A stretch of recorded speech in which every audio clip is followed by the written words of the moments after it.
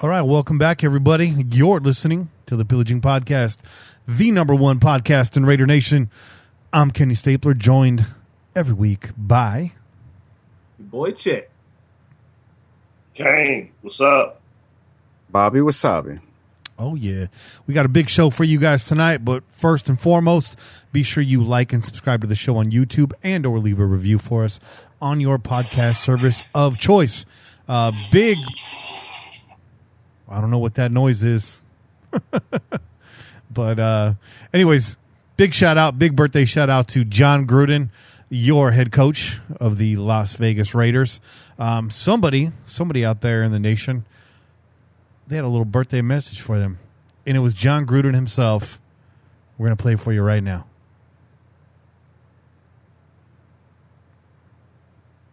Oh. Birthday. Happy birthday to me. Cha-cha-cha. Happy birthday to me. Cha-cha-cha. Happy birthday, dear Johnny. Knock on wood if you're with me. It's pretty good, man. It's pretty good. Nobody does it better than Frank Caliendo. Happy birthday, Jon Gruden. Best wishes to you on your birthday. And best wishes to you in this season. Once again, thank you to everyone that's been donating to the show. You can donate at paypal.me/PJ4F or by clicking that little cash icon if you're watching the YouTube live. And if you haven't done so, I encourage you to clear some time on a Sunday night and join us.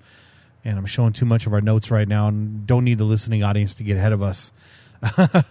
In the meantime, if you don't want to donate to us, you can help out our partners. Make sure you visit onenationfanwear.com for the greatest gear in the nation. Right now, if you enter capital PJ, the number 4F at checkout, you will get free shipping. Right now, during this COVID shutdown, shipping is expensive. So this is a huge savings being passed on to you by our partner, onenationfanwear.com. Also, make sure you take a pic and tag #1N to have your pick featured on the One Nation website. So if you do order some gear from onenationfanwear.com, take that nice little selfie of you all glowed up in the silver and black and put it out there into the social media, #1N on Instagram, Twitter, or Facebook. Yeah, let's take a look at the website, actually. The website got a new design this week, looking pretty damn fresh. You can see some of these personal photos right here. You got our man Shorty down here, looking real spiffy in the Nation graph hat. We got some new gear. We got seasonal gear coming soon. Hoodies will be making their return. You're going to have a Pillaging hoodie on the OneNationFanwear.com website, as well as a Proudly Hated hoodie. Bobby giving us that insider knowledge. Also new right now is the all-white, super icy Pillaging Just for Fun hat. That snapback looking real fresh. Bobby, you're rocking that Proudly Hated, which is no longer available. It's limited edition, just like this Pillaging hat right now. So if you like this, if you like what you see here, I recommend you snatch it up soon. Don't balk at the price, $29.95, but you are going to get free shipping. And these hats are quality, man. I wear my Proudly Hated or my Pillaging hat every single day. All of my New Era caps have been kicked to the side. This is what I wear now. This is how I do it, as well as the rest of the crew. And then you can see some more of these photos here down at the bottom. Face masks are available once again. You can see the whole crew right there rocking some of the One Nation fanwear gear. Jalen Richard himself rocking some One Nation designs. Yes, One Nation did design that shirt right there. And got another handsome gentleman rocking some gear. So if you want to get your picture up on the website, make sure you #1N. And if you don't want your picture on the website, #1N anyways. Support, man. Support. Those of you that are into fantasy football are going to want to maybe tune in next week. We might have a new affiliate sponsorship. I won't say anything more about that right now. We got to talk to the crew about it and make sure everything's cool. But we might be passing on some savings to you guys in that realm as well. But without further ado, let's get this thing cracking by cracking open some cold ones. All right, boys, let the pillagers at home know what you're sipping on and what you've been up to. Oh, man. Well, it's only right. It's only fitting, I think, that we start the show off with a good, classic Modelo time. Oh, damn. Since we'll be talking about some Modelo time. Damn. And you know what? It was an accident on my part because I didn't get the quality beers in the fridge quick enough. So they're still cooling, but it serves its purpose, man. We're gonna go ahead and crack this Modelo time because we'll be talking about the new sponsor of the Raiders. Oh. That's right, Modelo. All right, so let's go ahead and pour it out like we usually do. It's that good old-fashioned Mexican lager. Wait, I thought we were sponsored because I also have a Modelo too. Man. What a coincidence! Yeah. Cheers! Hey, Modelo, you're part of the Raider fam now. You're part of the Raider fam now, Modelo. I don't know if the Pillaging podcast is sponsored by Modelo, but we definitely sponsor Modelo. Oh yeah, we sponsor, man. We're lifetime sponsors, bro. Is that one of those Modelos that made their way to you via our camping trip, via me borrowing your cooler, via fire? Yes. Okay. Yes, it was. Your boy Kenny Stapler was my sponsor for this Chelas Gold Chess segment. Your boy Kenny Stapler took a little camping trip with the fam. He came by, borrowed the tailgate ice chest, the famous tailgate ice chest, you know, because it resides here in my home. So he came by to pick that up, scooped it up, and then graciously brought it back with beers in it. I mean, can't bring it back. Could you ask for a better friend, man? Could you ask for a better friend? I think not. That's how it's done. If you ever borrow an ice chest from your buddy, you better bring that shit back to him with some beers in it. Facts. And let him know you weren't there with us, but I brought the party to you, brother. There it is. And I appreciate you, dog. I appreciate you. Yo, that's like borrowing the car and then like filling it up with gas. That's exactly what it is. That's the equivalent, dude. Exactly what it is. Hey, I mean, I didn't expect them to fill that bitch up because there's 196 cans that can fit up in there. Yeah, no. But you did good. I did all right. Good. We bought, I think, 330-something packs of Modelo, and that was whatever was left over from that. So, I took a good like 60 of those down by myself probably, but hey, it was a long camping trip. It was a 4-day trip, and it was really hot out there. Also, I did you another favor. I removed all the Trulies and White Claws from that cooler and left you with one cut water Bloody Mary, which I thought was pretty damn tasty. Hey, you know what? I liked it, man. I wasn't sure about it. I was like, oh man, it's a Bloody Mary. I don't know about these canned mixed drinks. You know, like I'm kind of unsure about it, but it was decent, man. It was good. It had some nice flavor to it, nice spice on it. Yeah. I appreciated that, man. I had that with my dinner. There you go. Yeah, I thought it tasted better than a lot of Bloody Marys I've had in bars. Not better than the best ones I've had, but definitely better than all the average ones I've had. Vinny says he's got a couple ice chests I can borrow. Well, right on, Vinny. Right on, brother. Yeah. Hey, real quick though, I do want to before we move on from the segment, Kane. You want to share what you're drinking on? What you want to share what you're sipping on, bro? Because we have. I'm just drinking water, man. Oh, okay. Yeah. Okay, I just want to make sure we didn't miss you because I think last week we kind of sped ahead, or the week before you didn't get a chance to share that with us. So I want to make sure that you got. I got that water. Water gang. Yeah, I got that water. Water gang. Water. Yeah. So. I want to give a shout out too because another member of Raider Nation, my dad has no choice. He has to be part of Raider Nation because there's no other team in this household. That's right. It's Raiders, Dodgers, Lakers, and if you ain't with it, you gotta go. You gotta go. So happy birthday to my pops, man, and one of the newer members of Raider Nation, my little girl. So my little girl celebrated her birthday on the 17th. My dad's birthday was today.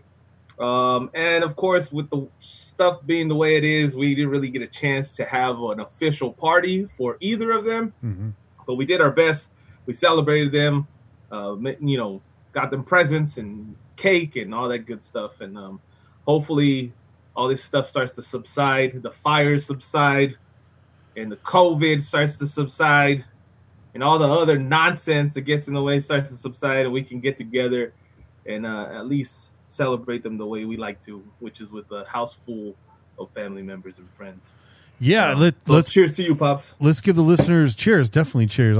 I got water, but cheers. Let's give the listeners a little update. What's going on over here? I know a few of you guys have contacted us, make sure we're okay. We do appreciate that.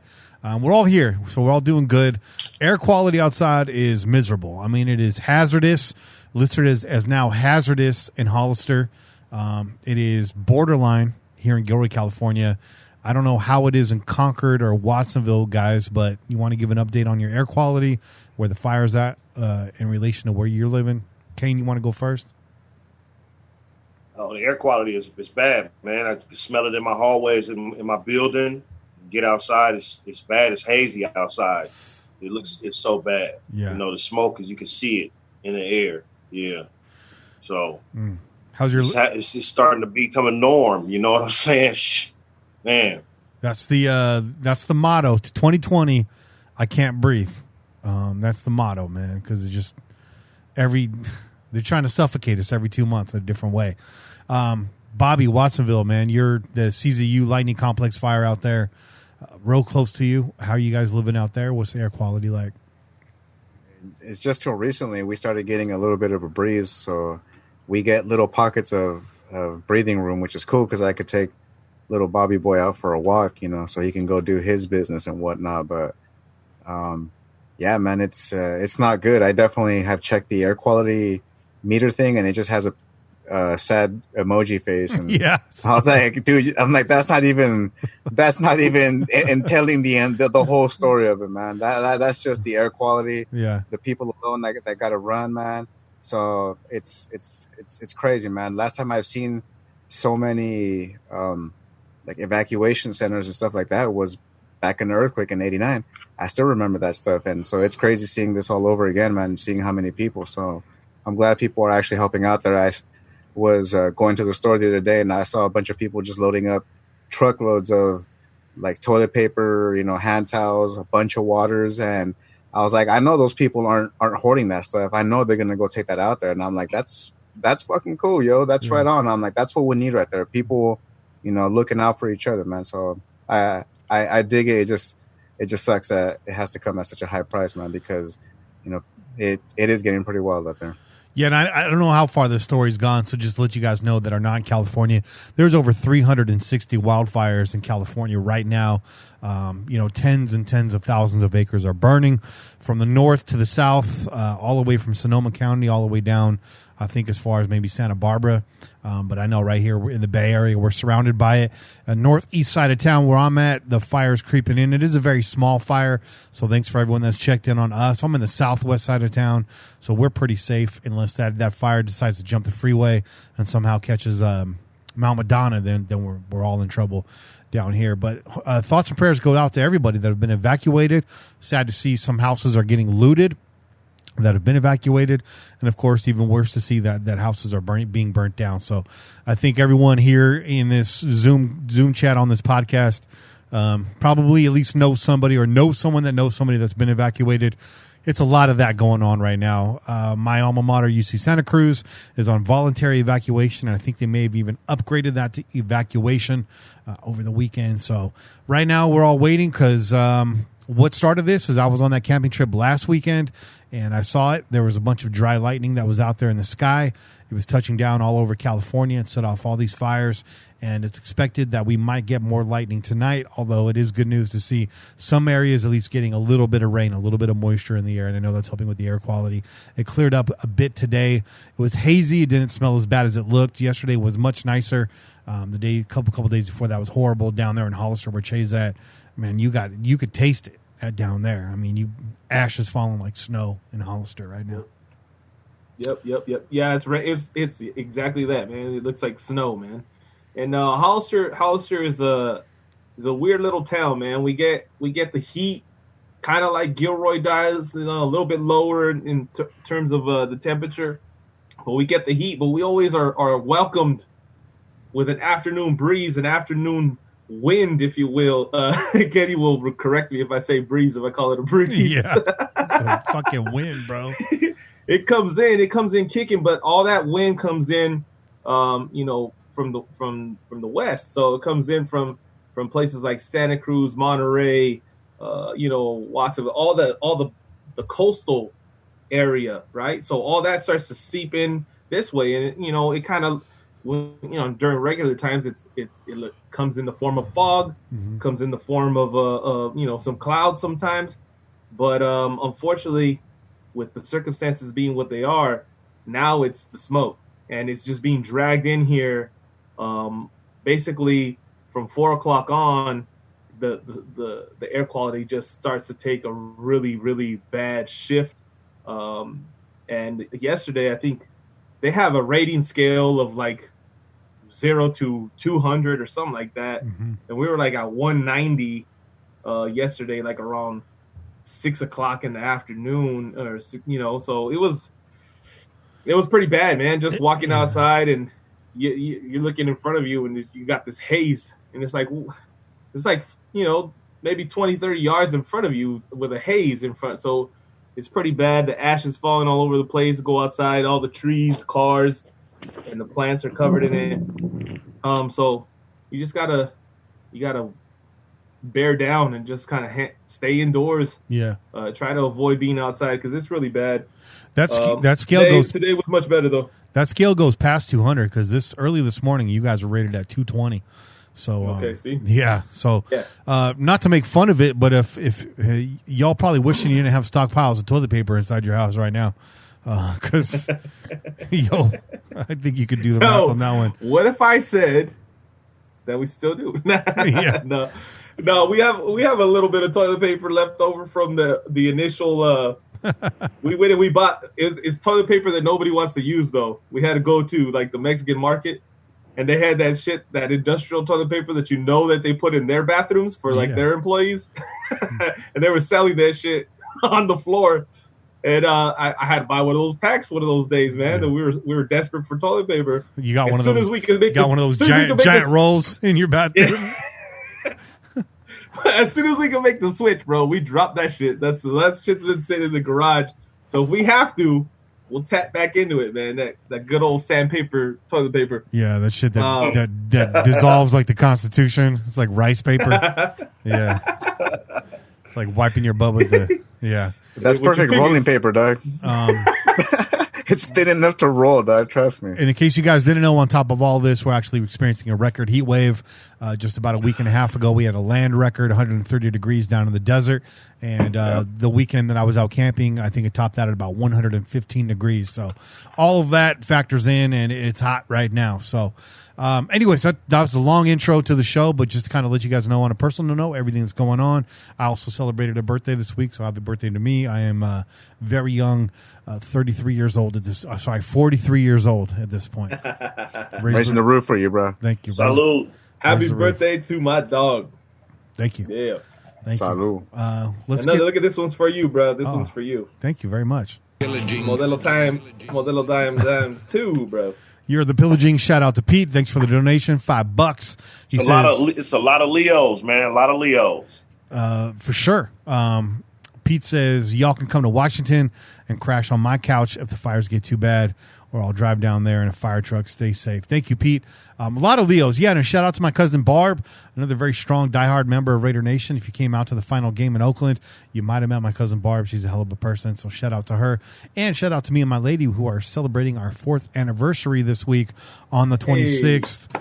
And a shout out to my aunt, who has the same birthday as me. A lot of August birthdays. Shout out to my moms, who had a birthday on August 5th. So shout out to hey, in the chat though, shout out to the chat. Happy birthday, Kobe.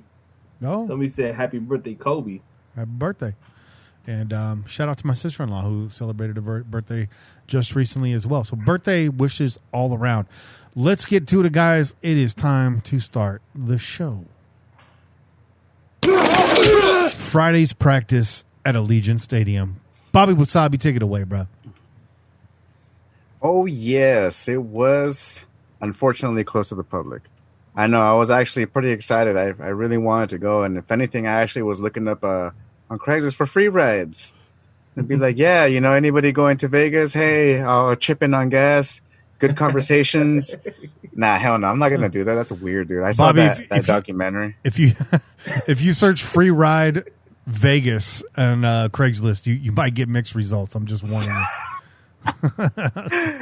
Well, there you go. See, so I'm glad I didn't do it. Be careful. But anyways, we did have some sort of some sort of a scrimmaging and whatnot going on with, pads and everything. It wasn't full speed. It wasn't nothing like that. But, we have been practicing with pads on the whole week, and they figured, why not, get them out there, so that way they can, get a feel for the place. And, and speaking of feel, a lot of them were actually examining the field. They were actually, touching the grass, and you could see them. It was pretty funny. Just, they were all tripping out on it, just like it was the first time they've ever seen grass. And if anything, they were actually, giving a lot of shout outs to the groundskeeping crew. It was Jed and Richard who commented, the yard keepers for the field have done a great job. It's really fast. It's comfortable. I know a couple of guys that thought it was going to be artificial turf, but it turned out to be real grass. So we're very, very excited. And you know what? Grass is always nice, in my opinion. So, bam, there you go. And not only that, too, like I said, they were going to have the actual feel of the game. So, they were actually, bussed in, taken to the locker rooms. They got to actually, suit up and everything with some fresh new threads. And I'm pretty sure I heard a couple windows breaking because, people probably throwing their phones out thinking that the uniform changed completely. Relax, Raider Nation. It wasn't that bad. It was just a little patch that was put over where they had the 60 years anniversary. It's the exact same thing right there over. And all it was just a patch of the state of Nevada with the Raider shield on top of the Death Star with the words inaugural season Las Vegas 2020. And like I said, man, a lot of my gear says Oakland Raiders, Oakland, but I'm not gonna lie, yo, that patch looks pretty clean on that jersey. That's just my opinion, though. I'm not sure about you guys. If you guys got a second to check, to check it out or whatever. But I have not. Let me pull it up here. What's the name of it? It's the inaugural season Las Vegas 2020 patch. Yeah. It's in the shape of Nevada, right? Yep, exactly. And everybody was sporting it. And like I said, it was that fresh, clean look to go with that fresh, clean stadium. And it was awesome, man. Like I said, I'm not going to lie. I'm all about Oakland, but that patch on that jersey in that stadium with our new home, perfect. I'm not going to lie. Yo, to add to that, though, Bobby, and this is something that I saw over the weekend, so we didn't include it in the notes, but the regular season tickets, the season tickets were sent out to season ticket holders. Really? And they came with the patch. So that patch came inside the setup. Wow, bro! Yeah. You got to look this up right now, Kenny. You got to pull this up and see how these tickets were mailed to people.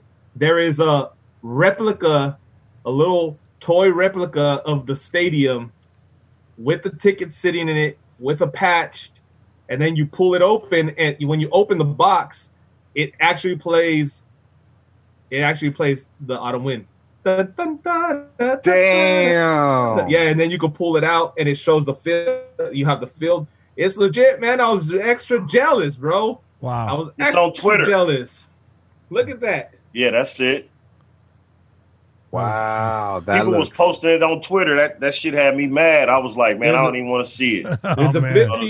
There's a video of it that gives it some real. Somebody posted everyone that's been getting their tickets, right, has been posting videos of how they got their tickets. Oh, here it is right here. Hold on.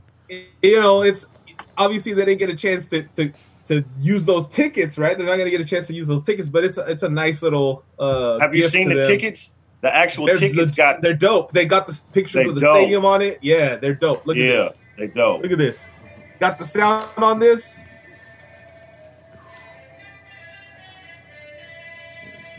That's clean.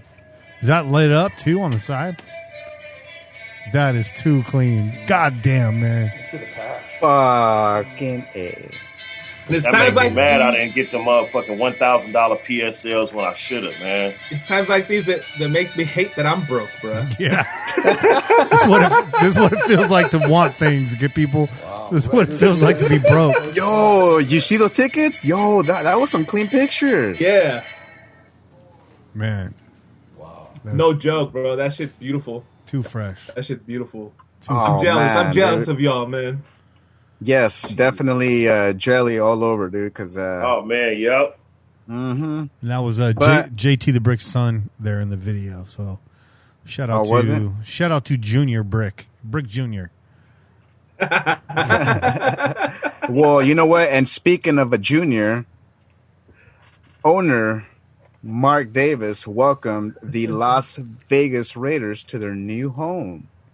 Quote, "Welcome to the Death Star, Oh. where our opponents' dreams come to die. Ooh. My father always said that the greatness of the Raiders is in its future. Well, today, that future truly starts. This magnificent stadium was built on the backs of thousands of players, coaches, administrators, and fans who for the past 60 years have proudly worn the silver and black. This is our field of dreams. This is our house. The stadium's personality will be defined by you. So take pride every time you step on this field wearing those same black jerseys and silver helmets. You are the Raiders. So I'll leave you with these 3 words. Just win, baby. Welcome home." Badass. Damn. I'm not going to lie. I heard that. I kind of got some chills and I was like, whoa, that's why, like normally I would have, done the whole impression, had the green screen of the Chevy Astro in the back and comb the hair down and everything. I was ready to do it, but You sound just like damn, him. dude. You sound just like him, to be fair. Hey, those words, man, they just rang badass. So I was like, you know what? I got to do it justice, man. I got to get my real narration skills going on right There here. you go. There Man, you go. say what you want about this move. Say what you want about Mark, but they've been hitting him out of the park the last few months here. From that season ticket package to the speech to the Modelo sponsorship. Did we cover the Modelo sponsorship in full? Did we cover all of that? We did not. No, we did not. Can we carrot mark that in here, Bobby? We can. Can we? Since Yeah, we're on the hell yeah. stadium, can we carrot mark that in here? Right up in there. All right.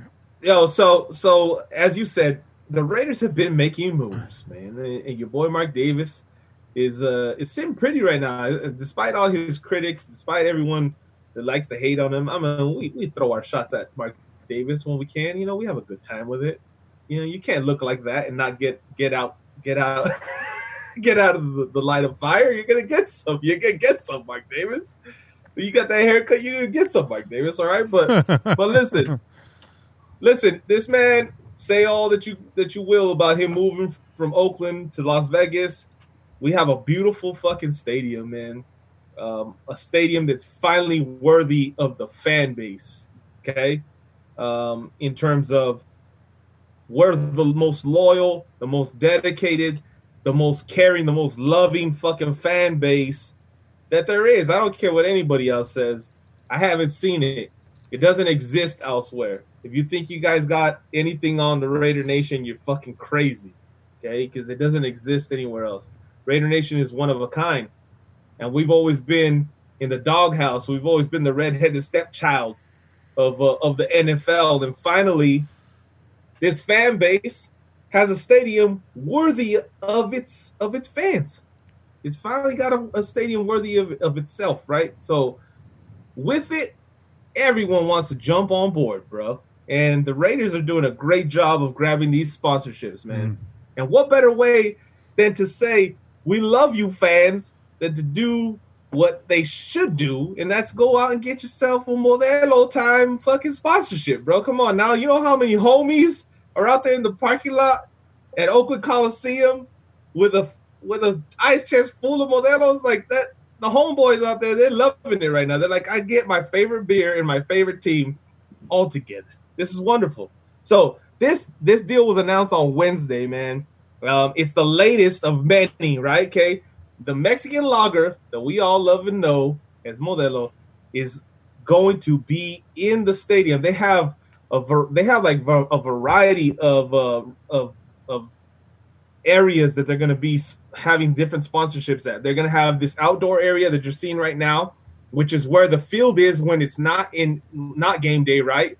But when it's game time, they're going to have this outdoor area where the field tray sits during the week. That's going to be the Modelo, like the Modelo outdoor area. And that place, as Mark Davis put it, it's going to be a Super Bowl-esque type of atmosphere. Okay, he says there's going to be stages out there. There's going to be performances. There's going to be tents with all kinds of different things going on, all kinds of different activities. I would assume that they're going to have something like what they had in Oakland with the Raider Zone, where they had, out in the B lot for the kids and the families to come through, meet old players, and get involved that way. This is all positive, man. But the most important part of it is what you saw first, which is the Modelo Cantina Club. Right? That Modelo Cantina Club, bro. That shit is 26,000 square feet. Damn. Of a cantina club. Okay. How many guys dressed like Pitbull can you fit in there? That sounds like a math question, bro. I feel like I wasn't expecting to do so much work today, dog. Oh man, yeah. I don't know. I hope I don't see Pitbull there, man. I can't stand that motherfucker. But but this place is gonna be huge, and so it has a bunch of bars within itself, right? Because it's a gigantic area. Damn. And they're all Modelo related, but also because Modelo's parent company is Constellation Brands, which also owns Robert Mondavi's Woodbridge wines. That has now become the official wine of the Raiders. So they're going to have a bar that serves the Woodbridge wine there. And I only have to say this because as soon as I read that, my heart kind of felt for Charles Woodson. I know. And I'm like, come on, man. Like, your boy, Seawood, has a wine. And you're not gonna give him a shot to be up in the stadium. I mean, that's a dog, man. Like, yeah. Seawood came back after winning the Super Bowl, came back to the Raiders, and he knew that team wasn't gonna go anywhere. He was like, I'm gonna come back and provide leadership, and I'm gonna hope that my leadership propels these guys. And he did. He actually did. He actually propelled them into a winning team in 2016, right after he retired. But my heart felt for you, Seawood. You could come through the Pillaging podcast and sponsor us, bro. Hey, we'll serve up your wine. We'll serve up your wine, Seawood. All day. We'll have no hesitation in that, man. Okay, we'll put that out there at the tailgate. We'll pass it on to people. The word will get out, son. But and that's a good wine man, too. So that's a good wine too. We tried that wine. It's a really good wine. Good wine. One of the reps came last season. Yeah, hung out with us, spoke a little bit about it, and they provided us a bottle, and it was delicious. So we're gonna go ahead and hold out that offer. Seawood, you're welcome to sponsor the Pillaging podcast. Send us some bottles. And we will pop those bottles, and we will serve them up to all the Raider Nation as soon as possible. And we'll put it up right here, man. You can send me a bottle. We'll do a wine conche. It doesn't have the same ring to it. Winos conche. Winos conche. Uvas conche. That's gonna be just a segment just where Che gets all sloppy on wine, dog. Oh man, hey, listen. Wine's no joke, man. I know most people that drink beer are like, fuck wine. But wine's no joke. You have wines that are like 12, 14% alcohol, man. You get 2 drinks in, you're a wrap, son. And if you went in and you got that wrong bottle, good luck the next morning. You'd have a good time.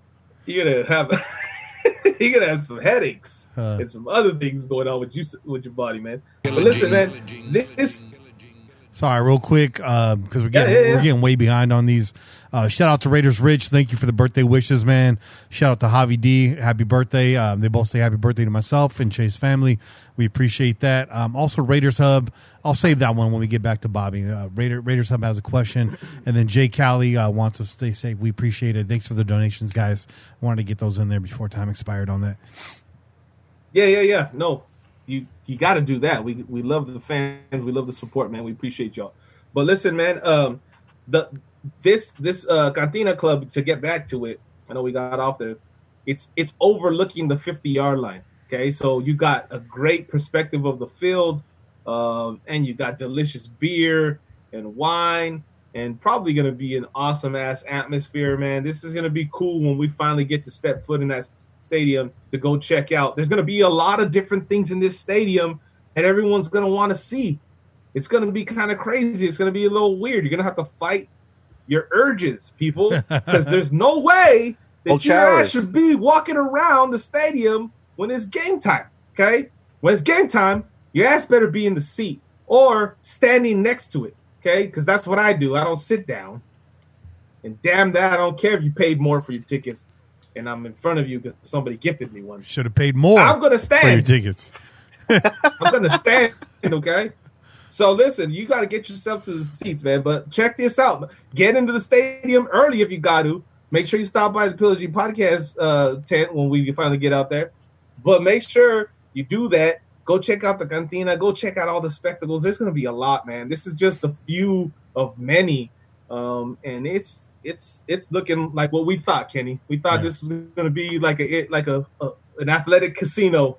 And that's exactly what it is, man. It's an athletic casino. It's going to have all the bells and whistles. It's going to be look beautiful inside and out. There's going to be a lot of distraction, but you know, Pillaging podcasts don't get distracted. When it's game time, it's game time. It's game time. And I just want to let you guys know, if you see that our crew is mobilized and we're getting out there for a game whenever that does happen, don't ask where the booth is going to be. I guarantee you that first trip out there ain't going to be no booth. We're going to be on the move trying to soak all this up just like you guys are. So if you do want to meet up, we'll meet up, but we're probably not going to be parked in the parking lot. Not that first time. There's just too much to soak up.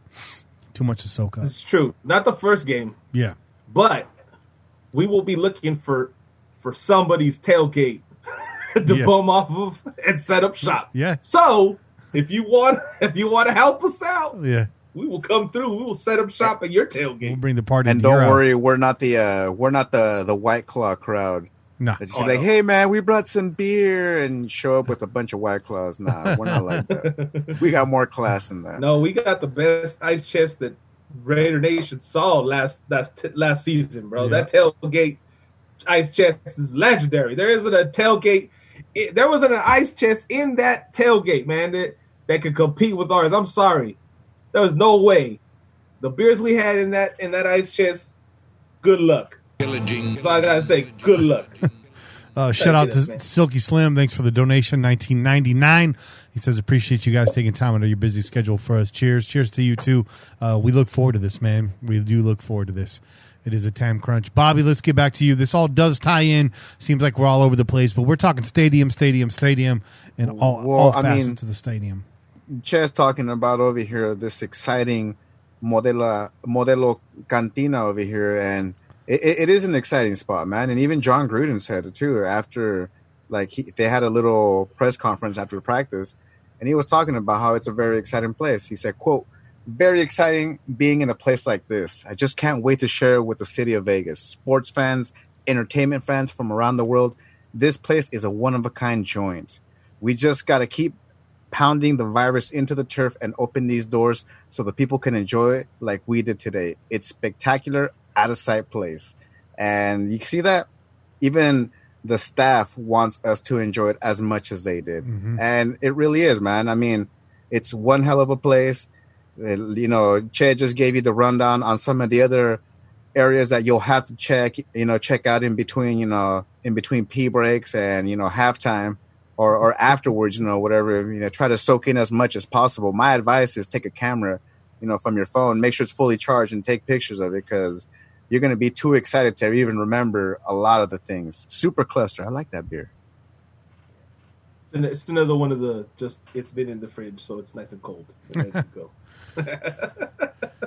But not only that too, John Gruden was also talking about how we got to take advantage of this time right now with the scrimmaging, with the practicing with the pads, because in reality there's not a lot of to go on. Before we had preseason games and not a lot of fans were not a lot of people enjoyed the preseason games because people would pay money to try to see somebody that was most likely going to sit on the bench and not play at all because they were going to have all the rooks go out there and try to show what's up. Mm-hmm. But, they got to do as much as they can with whatever they got and basically take advantage of this time right now before they make those really, really tough decisions. Mm-hmm.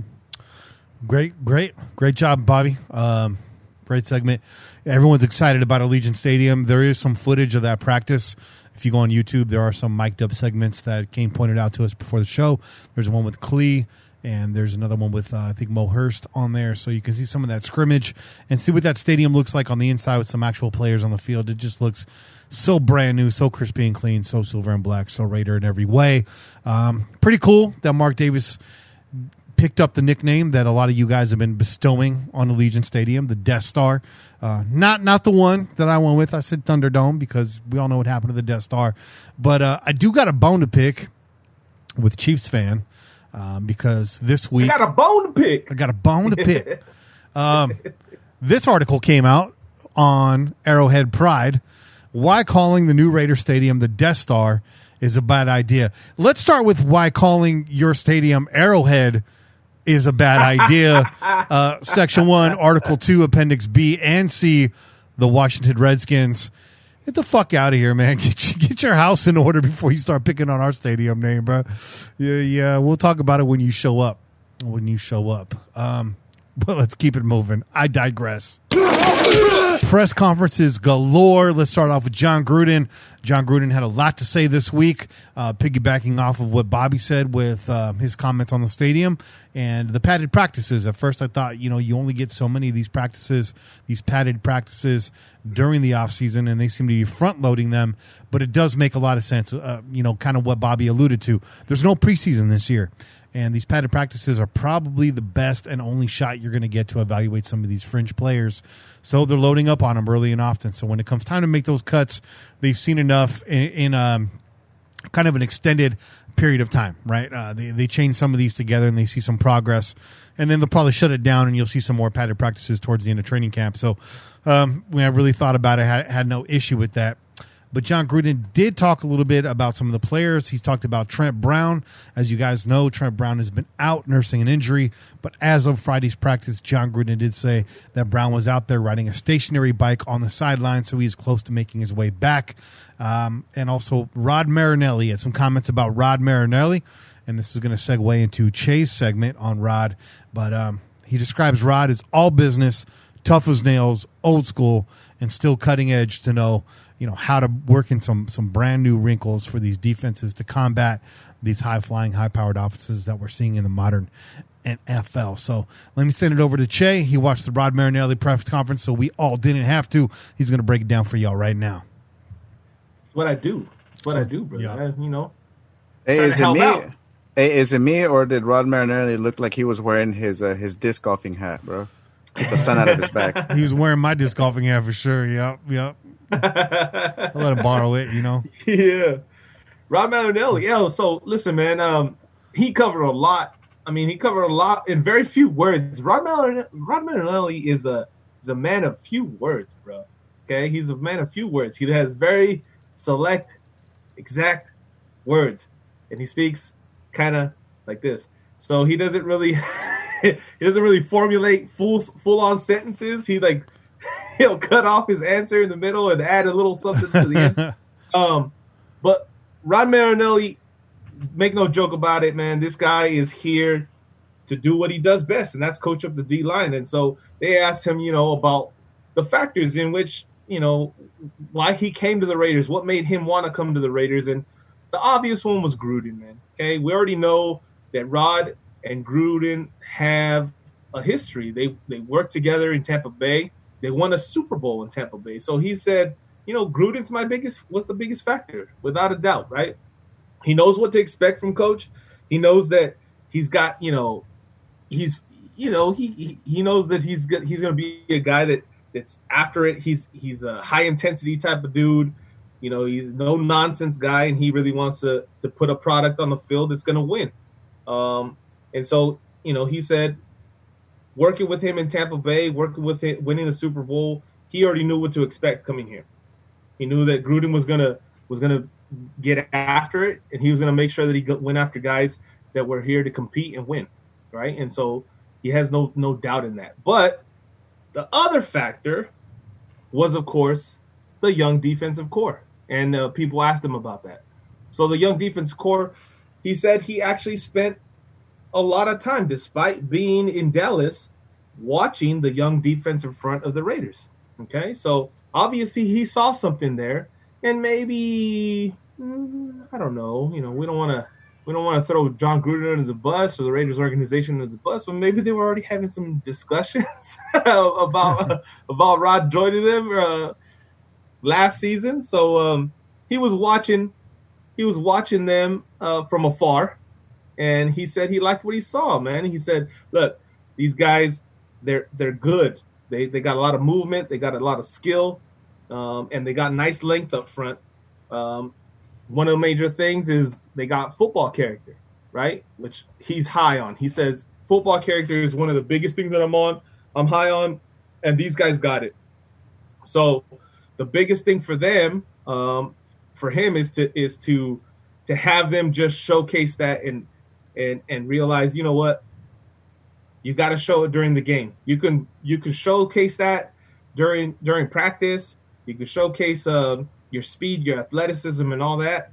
But at the end of the day, it's all about the game time, right? If you don't bring that same intensity, that same fire to the game, then it's a lost cause. So it's wait and see for him, right? The next thing that they asked him about was Arden Key and Mo Hurst. So he said he really likes working with Mo Hurst and Arden Key. He says they have good talent and good movement. Again, coach is a man of very few words. He likes to repeat the same things over and over again. And I think that's a little bit of Gruden too. They don't like to give up a whole lot of secrets, like to keep it minimal, keep you on the fence about whether or not they really like a guy or they're just kind of saying nice things about him, right? But he said they got good talent, they got good movement. The focus for them is to lock in into the consistency of how things are supposed to be done, right? So they have an idea, they have a way that they want this Raider defense to look going into the future.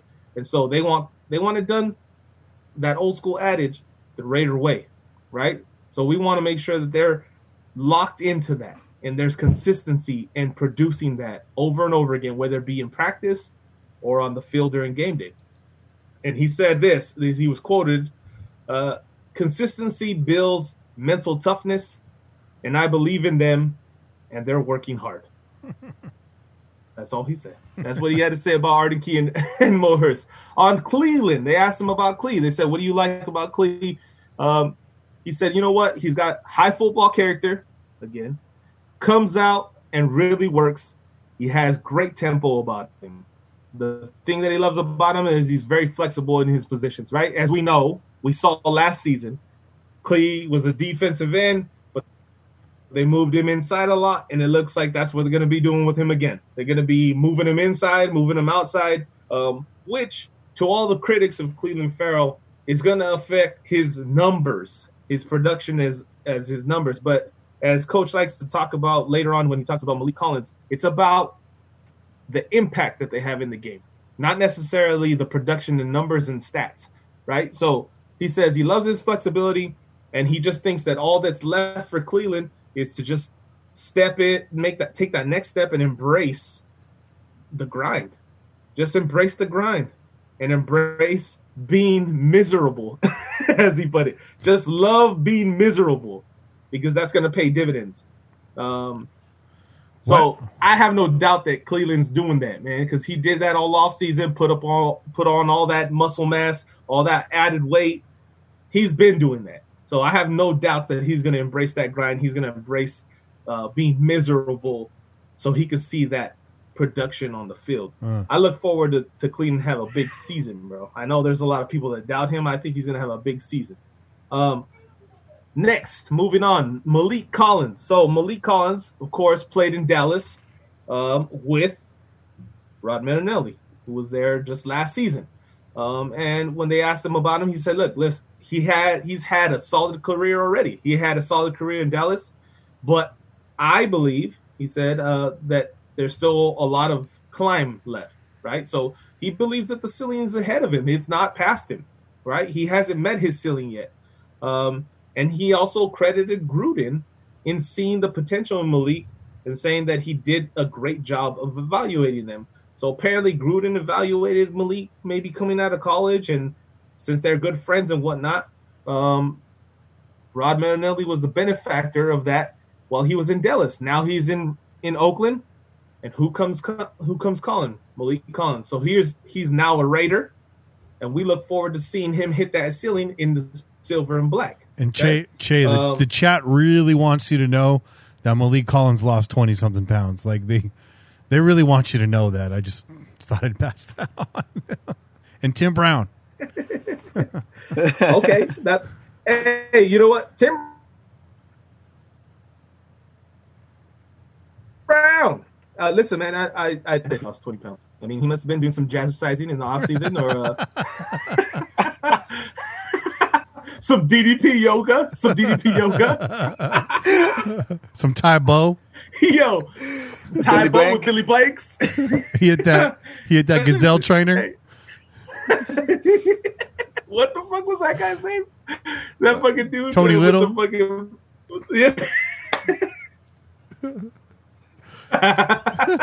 Bro. Oh man, yo, that guy has to be bald underneath that hat, right? He's got that ponytail hanging up. He has to be with that hat, dog. That ponytail is part of the hat, bro. That ain't even on his head, bro. That's your boy right there, dog. That's your boy, bro. That's Malik Collins' off-season workout program right there. In case you were wondering, bro. It works, man. It works. It works. That Tony Little, bro. Oh man! Shout out to the chat. But listen, man. Moving on, because you know, Coach had a lot of players that he was asked about. The next person that he was asked about, of course, and last but not least, right? Dos Equis, man. Max Crosby. So he said, "Yo, I love his motor." And his effort and his motor are the things that stand out about him, right? Which we all know. We knew that going in, right? That's what Coach Gruden and Mike Mayock said about Max when they drafted him. Look, this guy has got a high motor. He's nonstop. He's got endless effort. And he showcased that last season to the tune of 10 sacks, okay? So he says now it's just about the little things.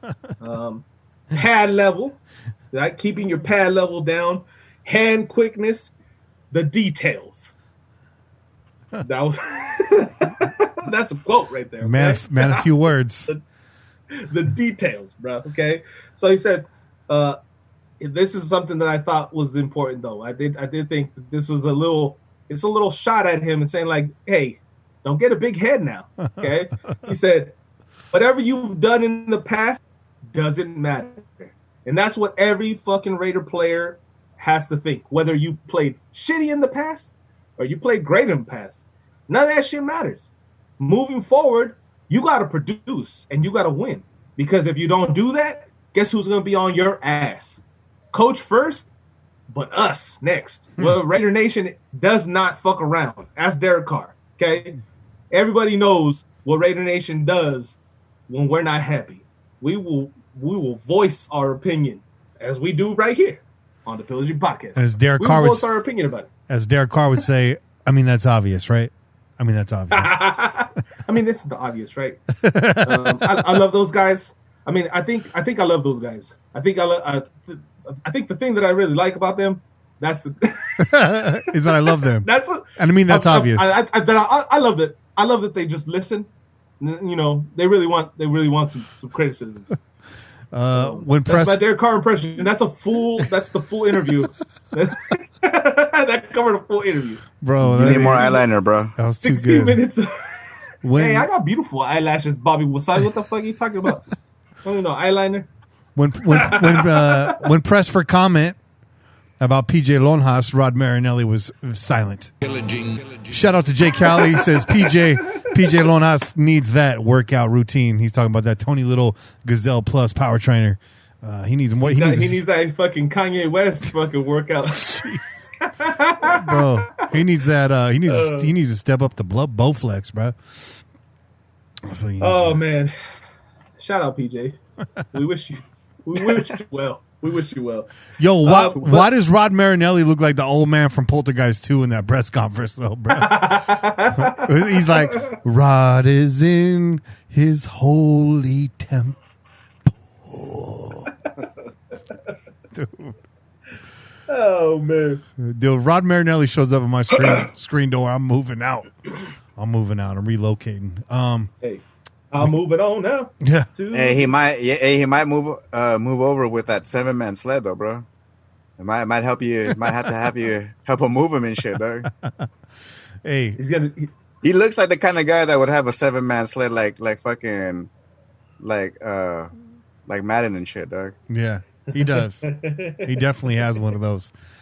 Moving on, press conferences. Last one in our round table here. Bobby's going to cover the press conference from Paul Geunther. Paul Geunther. Well, it's actually funny that that we touched off last on Rod Marinelli, because he actually PG was asked about having Rod Marinelli and how that was going to help him out, if there was going to be any conflict or blah blah blah, and he was like, you know what, honestly, it's just going to be a good resource to have, someone to be there to bounce things off of. And not only that, you also have to think, like, how you guys said as well, that relationship that Marinelli has had with Gruden as well. So they kind of know how to jive with each other. They kind of know how to talk to each other. And not only that, it lightens the load that much more for PG. PG can focus on the entire things and doesn't have to focus on the small, finer details of the whole thing. So if anything, I feel like it's going to be a great relationship that they're all going to be having right there. Not only that, too, PG was also asked about Damon Arnette and, him intercepting Henry Ruggs. And I thought it was pretty hilarious. Hold on. No, I don't mean to interrupt, bro. Yeah. Time out. He didn't intercept Henry Ruggs. He intercepted a pass that was thrown to Henry Ruggs. Sorry, that's right. Who did he intercept? That's what I want to know. Who threw that ball? I think it was Deuce, dog. Help us out. Deuce Gruden. That's why you never saw the camera pan over, dog. But yeah, you're right. Alligator.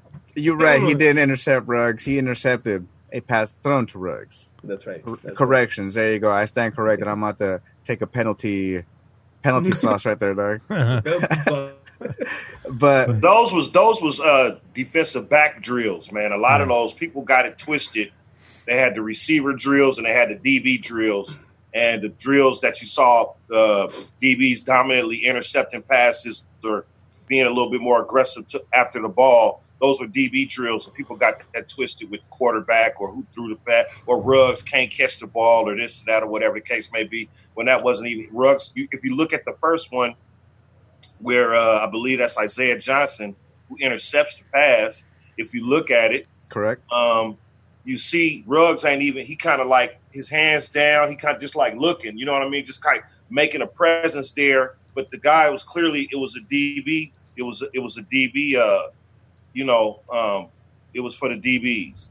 DB drill. Yeah. DB drill. There was people going in on Bryan Edwards and Henry Ruggs. Because there was a video that came out of Bryan Edwards streaking down the field with the DB alongside of him, and then he just kind of slows up, right? He just kind of slows up. The DB continues, follows the ball, intercepts it. I think that might have been the Isaiah Johnson interception. You're right, Kane. There was some drills, but this drill, I mean, whether or not it was a DB drill or an offensive drill, him running side by side, stride for stride with Henry Ruggs, that looked a little bit more competitive. I got to give him some credit for that, because he definitely looked like he was going after it. And I think Bobby was just about to get into it about what Paul Geunther. Well, if anything, I'm actually glad Kane brought that up as well, man, because I was seeing that as well, man. I was seeing a bunch of people like, oh, where's your number one pick and blah blah blah, and it's like, dude, y'all don't even know it, man. It's like this is practice. They're not over here trying to straight out knock each other out over here unconscious just to get the pick six and blah blah blah. It's like they were doing drills, relax, man. So Kane, thank you for bringing that up, bro. I didn't mean to cut in on your segment, bro. No, dude. That's exactly what I needed, man. Because you know what, it probably would have gone by the wayside because I was so excited what PG had to say about Damon Arnette with regards to that whole thing right there, where he basically said, quote, "That's really what we expect each and every day when he goes out there." I don't understand. It was a good play, but that's what he is supposed to do. And that is why we brought him here, and we are excited to have him. And honestly, end quote. And honestly, it's true, man. Everyone's over here freaking out about Damon Arnette can't do it. He was picked so high and blah, blah, blah, this and that. And like Che said, dude, he's over there stride for stride right there with Henry Ruggs III, dude. Like Kane said, he's over there making sure that, hey, you know what? He's not just out there just lightweight trying to make something. No, he's actually going there and he's going for it when it comes to whether it be Ruggs or anybody else out there, you know, and he's making it happen. So, like I said, people relax. It's good to see Damon Arnette out there, you know, flexing that muscle. And honestly, fingers crossed. Can't wait to see our squad out there September, what is it, 1st, I think, or 7th or some shit like that. But yeah, man, definitely it's a lot of nice shiny toys that we got out there, you know, flexing their stuff out there. Not only that, PG was also asked about Malik Collins, you know. Everyone's excited, you know, losing weight as the chat be talking about. And what does PG be talking about? He's all talking about how he's smart as well, how he's out there communicating with the young guys. And you know what? It was one hell of a pickup for the team, in full honesty. They've been doing good, and he's been out there schooling the guys. When he's not on the field, he's off the field telling them what's up, you know, telling them what to expect, how to be. And that's the one thing that Arden Key and Mohurst were actually missing. They didn't have anybody out there. They didn't have no real veteran leadership to actually tell them what's up. They didn't tell them, like, how to move, how to react, how to, you know, go. And the one thing that I did not like about Arden Key last year was I saw he had that energy in him. He was all about trying to get up there, try to get to the QB. But the problem was that energy wasn't directed correctly. A lot of the times he was overshooting the QB, and he's out there running past him already, while Arden Key is excited that he got past the line. So that's the one thing, is that they actually got some sort of direction when it comes to Malik Collins. You know, now that we got Rod Marinelli in there as well, you know, it's very exciting what's happening in there. And like I said, with Arden Key as well, he's actually, you know, he's within weight. It's funny, you know, we're talking about everyone here, you know, losing weight and whatnot. Arden Key is actually one of the guys who actually lost weight as well. And, you know, he's gotten a lot quicker. So PG's, you know, I think he's excited to see. I think he actually put on weight, bro. I think he bulked up. Oh, really? Yeah. Jeez. Well, then in that case, I guess he's in the same category as our main man, Klee. So you see that? Wherever it goes, whether you bring it down or bring it back up, it's just all about getting it in tune. And that's the one thing, is that we got to make sure that everyone got their weight. So, you know, you ain't got no PJ Longhas over here again or whatnot. Yeah. And they're saying Arden's a lot quicker, which, I mean, that's shocking, man, because he's pretty fast as it is. I mean, he's overrunning the quarterback all last year. So as long as he's got that targeting reticule all calibrated, that's what we need to see from Key. He needs to land some of them hits. But I'm excited for that. And we'll talk a bit about that a little bit more here in a second. But sorry to interrupt. No. And then one last thing that PG was also asked about was about being able to practice inside Allegiant Stadium. And, you know, he thought it was a good thing, you know, just to go through the routine, just to be, you know, to see what it was like to walk out there, to see the lights, the sounds and all that. It's funny. We actually had one of the pillagers on the chat who asked about the helmets, whether they were using practice helmets or whether it was actually, you know, their actual game helmets. And it's funny because I did notice that as well. They did look a little bit matte gray or something like that. I'm not sure if y'all noticed that. Yeah, they kind of look like the original helmets, right? We didn't get the sparkle, I think, until like maybe the late 80s. So I can't tell. To answer the question, I don't know if those are practice helmets. They did say they were game day unis, but if they go back to that matte silver in the inaugural season, I mean, that makes a lot of sense. So don't get mad about it. We didn't always have the sparkles in the helmet. Raider Nation will get mad over some metal flake. Hey, it's still silver. The logo ain't changed. It's still black. And it's still black. Thank you, Kane. Exactly. Yeah. So You know, let's not split hairs here, guys. We're going old school. But I honestly think that was their game uniforms. Though when I saw DC looked like he was in game mode. His uniform, he looked like he was dressed to go play a game. Yeah. You know, and when I was like, damn, they look like they was. And then they also announced the players, and the players did the little walk of fame with the teammates. You know, and they announced them over the loudspeaker like it was on game day. You know, did y'all see the video of that? Yeah, that was dope. Mm-hmm. That was dope. That was dope. Yeah. That was dope. So I think they had their game shit on. You know. Again, sorry to cut you off, Bobby, but yeah, I think that was game gear. No, yeah, you know what? Because it's funny too. I'm glad that somebody else mentioned it, because I could have sworn it was me, and I'm glad, like I said, somebody brought it up, because I probably would have forgotten about it. But that's one thing that did kind of stand out to me. So there's a lot going on in these press conferences, a lot of questions, a lot of answers, but in reality, we can only get tidbits of so much, because you know we only have so much access, and not only that, there's only so much that they could practice with. You know, this goes back to again, preseason games, the unfortunate state of affairs that's going on, you know, with the whole Corona thing. So, you know, it kind of is what it is. We have to deal with it and kind of go for it from there. Because remember, they would be in Napa right now. That's right. They was scheduled to be in Napa for the next 2 years, this year and next year. So it's all because of the COVID thing, man. Just because it would have been that much easier for them to kind of do what they needed to do with regards to, you know, the state of Nevada versus the state of California. But I mean, you know, unfortunately, it didn't happen out that way. And us Raider fans at least kind of get a little bit of a glimpse into some of the going-ons. You know, they'll film it. They'll show a little bit here and there. You know, they'll give us updates on the Raider Nation radio, whatever. But you know, it would be a lot nicer if they actually had the way they had that Friday practice inside Allegiant Stadium. If they had something like that where they could show, even if it was obviously selected footage of just, you know, being there, so that way you can have some sort of feel like you were actually part of the practice like you would be before. You know, another interesting thought real quick that I don't know if anybody ever thought about is, are we going to get TV? Are we going to get games on TV here in the Bay Area? Because when the team moved to L.A. last time, we did not get games in L.A. We had to unplug our cable, turn the TV to channel 3 and use rabbit ears to try to get the game. You know what I mean? Yeah. So I don't know what we're going to do. We have totally been cut off. I don't know what's going to happen.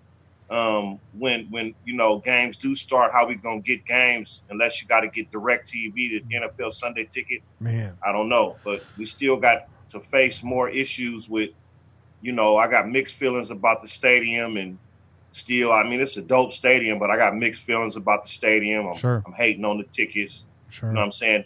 We're not gonna be able to see them on TV. You know, the tailgates is gonna be different. You know, so we got a lot of back to deal with. We still dealing with stuff here back home. Yeah. Even though the team is sailing smooth and got a new stadium and everybody's looking pretty, the fans back home is still hurt. You know. So, yeah. I mean, those are good points. You have a football club that's just steeped in tradition, and all of that's changing all at once. Right? It's really tough to make that move, and that's the question that's been in my head too. Kane is like, are we going to be able to watch these games? Like, you know, we still don't know. We don't know shit about that. We don't know shit about COVID guidelines, regulations. Regular season starts for us September 12th. That's right around the corner. And I just feel like there's too many questions still up in the air. Like, how am I going to be able to watch this team? You know, I'm going to have to get them bootlegs, DirecTV cards again, like I had back in 1996, man. Because, yeah. You know, I mean, that's the question nobody's asking right now, you know, or at least it's a question nobody's answering. Where the hell are we going to watch our team? You know, a lot of our listeners don't live here in California, so they're like, "Man, welcome to the club." But shit, put them on TV. I don't want to be watching Rams games or Chargers games. Fuck that. 49ers, bro. They gonna stick them down our throat. Yeah, like it's nothing. You're going to go to turn on that AFC game and it's going to be like a Tony Little infomercial instead. You're going to be, goddamn. Get that double headers of the Denver Broncos and Kansas City Chiefs and shit like that. Man. You know what I'm saying? And then the 49ers come on later on that day, and then you got Sunday Night Football. Hopefully the Raiders play enough of those games. You get those national games. But we do have a few of those. Let's throw this out there though, and let's see if somebody can get in your boy Mark Davis's ear. Mark Davis, you need to start conversations with the NFL, with Roger Goodell, about you guys being able to find a way to showcase your games to your fan base, which is nationwide, via an app or something of the sort, because you do have fans everywhere, okay? And now you left California, you left to Nevada, and you have a gigantic fan base here in California, right? Northern California and Southern California, for that matter, that are looking at the possibility of not being able to watch the games that they're so accustomed to seeing. So I think it would make sense, NFL. And I know Roger Goodell, he does what he wants to, but it would make sense if you thought about it and you said, you know what, the Raiders have fan base and fans all over the country. Maybe we should look at this. Maybe we should look at the possibility of giving them their own area, because where they can go view these games, because Nevada isn't going to provide all the views that California and the rest of the world provides to these games, man. Yeah. If you really want to see the power of Raider Nation, create an app and showcase the Raider games. Yeah. That's how you would have to do it, because the 49ers will have a fit if you try to show that game on CBS or fuck the Niners. They ain't nobody care about them. Now you got to split the TV money in the market. You know what I'm saying? And so now the Niners is glad we left. They like, yay, we got the market to ourselves now. More money for us. Yeah. You know what I'm saying? Exactly. Whether y'all fans watch us or not. You know, but even then, their NFC team and the networks are broken up between the conferences. So CBS, for as long as we've known, has been the AFC conference, right? They show all the AFC games, where Fox shows the NFC. So that was they're still not gonna be shown unless it's like conference against conference on CBS. Like, that's not a CBS thing. CBS does the showcase the NFC. They don't show the Niners. But it's a scheduling. It's a scheduling thing. So what happens when you got two teams local? The NFL schedules it so both that market can show both of those games at different times. So the Raiders would have had a game playing in the morning, the Niners play in the afternoon, vice versa. You know, if the Niners back east, the Raiders is out west. So the games come on. Everybody's getting the Niner game on Fox, and then on CBS, everybody gets the Raiders game in the local market. Yeah. So so when we talking about that, which would be a great idea, 49ers ain't for it. So you're right. The only way to do it is an app. Yeah. So if Mark Davis create an app, get permission from the NFL, maybe sell it. I would buy it. I'll pay $19.99 or $200 or whatever a year to watch the games on the app. You know what I mean? Yeah. So I don't know what the guidelines are there in terms of like the revenue sharing and the TV, because I know in the MLB it's a little bit different, right? We could follow the model that the Yankees set 15 years ago or so when they launched the Yes Network, right? The Yankees have their own TV network out there. Not similar to like Turner Broadcasting that showed all the Atlanta games. But yeah, that would be cool in the form of an app. That would be very 2020. But will the NFL allow something like that? If you're curious on how you can watch the game, you can go back and look at the chat, because all the illicit streaming methods are going down in the chat right now. Allegedly. Yes. Allegedly, as Vinny says. Allegedly. There are ways to do this. Yeah. Hey, and we would have it no other way, man. The pillagers ask and you will receive, bro. The pillagers never let you down. And here's the thing, though. I want to just be able to turn on my TV and watch it. Like, I know how to do all that stuff, but for me, it's still not the same. You get, thousands of people jumping on that stream. You know how Raider Nation is going to be on there. You get buffering issues. It's just, it ain't the same. The voices go all Matrix on you, and then like it pauses, and then it jumps ahead 3 plays later. Raider Nation can't take that, bro. Like we have a hard enough time, with heart attacks watching the game in live real time. I don't need it jumping around on the stream. So I want something rock solid that I can watch. If I got to pony up the NFL ticket money, I'll do it as long as they're not blacking out the games or anything like that. I don't know. But yeah, it sucks.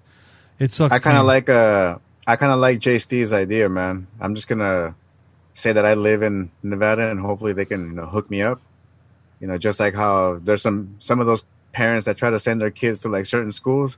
That's all I'm gonna do. I'm just gonna just set up an address right there and have DirecTV come through and just like mail like the like that little card right there to the address, and I just have it over here and just watch it from the house. Yeah. But there is a secret way that you can get DirecTV from another area in your area. I used to do it all the time. When I lived in Stockton, I got Bay Area channels. Mm-hmm. You give them that zip code. You say, they going to say, what zip code you live in? And you say, 94605. So now you got all the Bay Area news, everything that you got, that the local stuff, because you don't live in fucking Stockton. You don't want Modesto news and all that shit. You know what I'm saying? So you want this news out here. So you may be able to get DirecTV and say, give them a Nevada zip code at your house. Say, this is my zip code, and that satellite dish should point like it's in Nevada, and you might be able to get Raider games like that too. I mean, it's worth a try. Hey, man, nothing's going to stop me, dude. I'm going to try everything I can, dude, because I'd be damned, dude, if I'm going to be watching some punk-ass Niner games. I'm going to put Derek Carr's address on that application, bro. I got you on Google Maps already, bro. Get that satellite view. We got a nice pool, too, bro. Got a nice pool, bro. I don't see Khalil Mack in that pool right now, though. Something missing over there, bro. So, anyways, we digress. We're going to keep you updated on that, man, because the folks need to know, especially here in the Bay Area. Like, everyone living outside of Cali have already been dealing with this, but those of us in the Bay Area, us lifer Raider fans, us Bay Area Raider fans, we need to know. So we'll keep. We've been spoiled. We've been spoiled, and reality has set in. And and all the time I teased all the out of town fans and told them to sit down, shut up, and watch their television and this and that and blah blah blah. I'm feeling that now. Yeah, I'm feeling that now. That's why I got mixed feelings about the stadium, but it's all good. It's dope. I ain't gonna hate. It's dope. I got mixed feelings though. We'll figure out a way, and then we'll set up a burner YouTube account and stream the games on there. Just kidding. We're not doing that, NFL. We are not doing that, NFL. That is a joke, allegedly. Where were we, Bobby? Where were we? I think we were going to talk about Bryan Edwards. Oh, yes, Bryan Edwards. Let's talk about Bryan Edwards. So. Bryan Edwards pushing for the wide receiver 2 position, allegedly. Hold on really quick. All right, cool. He's not. Tyrell Williams is definitely the incumbent number 2 right now. He's back. He's fully healthy. He's looking good. He's looking crisp. But I think Bryan Edwards is still going to see a fair share of time on the field starting week 1. I think situationally, Bryan Edwards feels a huge need in this offense. I know Derek Carr already compared him to a guy that we've been comparing him to, which is Holmes, right? Remember, Holmes was Derek Carr's favorite red zone target. Bryan Edwards at 6'3", 212 pounds, fits that role to a T. The guy's been described as violent, as your quarterback, Derek Carr. We described him as being violent. He is very physical. These are all traits that we told you about on draft day. We were very excited when the Raiders drafted this wide receiver out of South Carolina. Remember, Edwards, he shined bright down there in SC. Despite the fact that he did not have elite quarterback talent, his time during the NC2A was outstanding. This guy was a steal of the draft. Broken foot, right? Couldn't run at the combine. Kind of went under the radar. But everybody that watches college football knows who Bryan Edwards is. If you're watching, those conferences, you know what this kid's all about.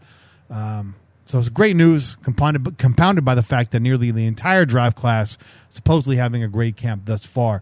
I think Bryan Edwards is going to be, again, I said this at draft time, I think he's going to be the steal. I think he's going to be the shining star of this Raiders offense. I think he's going to catch more touchdowns than any of these other young wide receivers. I think he's going to be close, possibly with him and Ruggs. And while I mentioned Ruggs, don't expect Ruggs to be going deep either, man. This guy is yak, and that's what Gruden's all about. Bryan Edwards, I mean, yakking you to the face before he catches the ball. That's his style. That's what he's going to be doing. He's going to be throwing elbows and knees, bro. So that's my prediction. Edwards is going to be featured early and often. His size and sure hands are going to keep him on the field in third down and goal-to-go situations. This dude is a straight-up beast. That's what I got to say about Bryan Edwards. He's showing out in camp right now, and I expect it to carry over into week 1 regular season. I think he's ready for prime time. Bryan Edwards should have went in the first round. Like you said, he had a foot injury, couldn't run at the combine. He was injured in 2019. He was out, I think, half the season, half the year with said injury.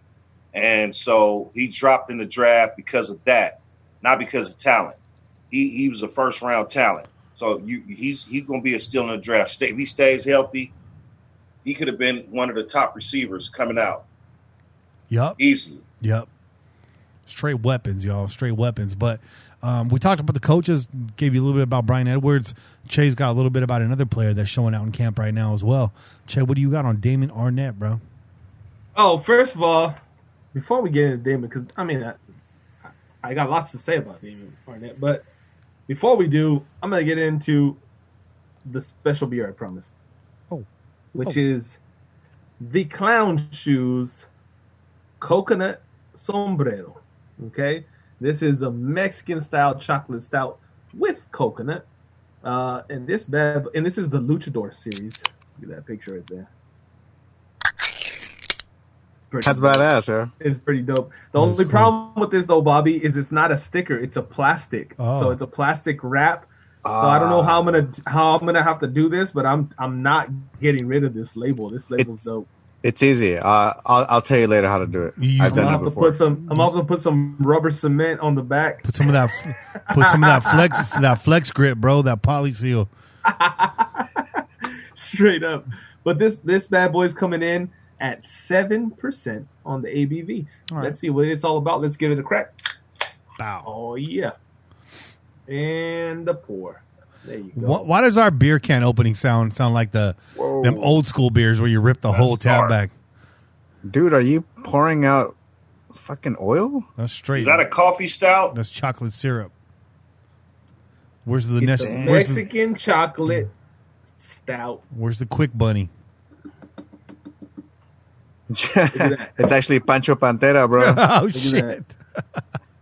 Look at that. That beer's so dark you can't even see through it. Yeah, hell no. It is. Yeah. Look at the head on it though. Look at that. That's nice. Let's see. That beer's darker than Rosie Perez butthole. That beer darker than Wesley Snipes. That's passenger 57 right there. Yeah, that beer darker than Wesley Snipes. Darknesses. That was before Wesley Snipes. Hey. Oh man, yeah. Before Wesley Snipes, there was Eddie Murphy and Charlie Murphy. As Rick James will tell you. Hey, I like this, man. It's not like you hear Mexican chocolate with coconut and you think sweet automatically. It's not. There's no sweetness on this. It's dry. It's nice. It's dry. It's got some bitter notes. You could taste the chocolate, right? You could taste that there. Let me see.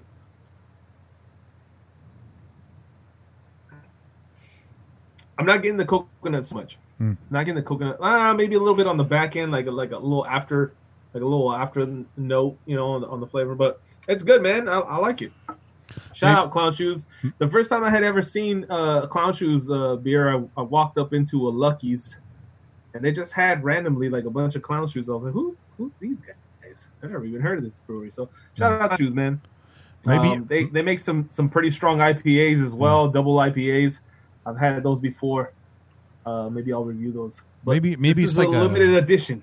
Maybe it's like a raw coconut. Maybe they didn't toast it up. Maybe it's like a raw coconut in there. Well, there's maybe that's it. Maybe I'm looking for the wrong note, right? Maybe I'm looking for that flesh when it's really that toasted flavor. Yeah. And if that's that, there's definitely some like there's almost like a coffee, like kind of toasted, roasted type of note there. Yeah. So you might be onto it. Kenny, maybe I'm just searching for the wrong flavor, man. Yeah. Raw chocolate is not sweet. Yeah. Oh no, I know that, man. Bitter chocolate. You know, it's all about the dark chocolate. But the Mexican chocolate isn't like that. Mexican chocolate is okay. It's got like Spiced some up. cinnamon and it's got some sweetness to it. So. Some nutmeg, some vanilla. But shout out, man! I think I tasted egg and cinnamon. some babas that fell down into the pot. You know, go out there, get y'all a Clown Shoes beer. Yeah, pillagers, man. It's chair proof. Go get you that Longhas lager. That PJ Longhas lager with that brewed with real Crisco oil. Yeah, man, that dude's gonna have to get sponsored by Kentucky Fried Chicken or some fucking bullshit like that. Oh man, god damn it! He's gonna get sponsored by Lucky's. He's gonna get sponsored by that water at the bottom of the KFC coleslaw.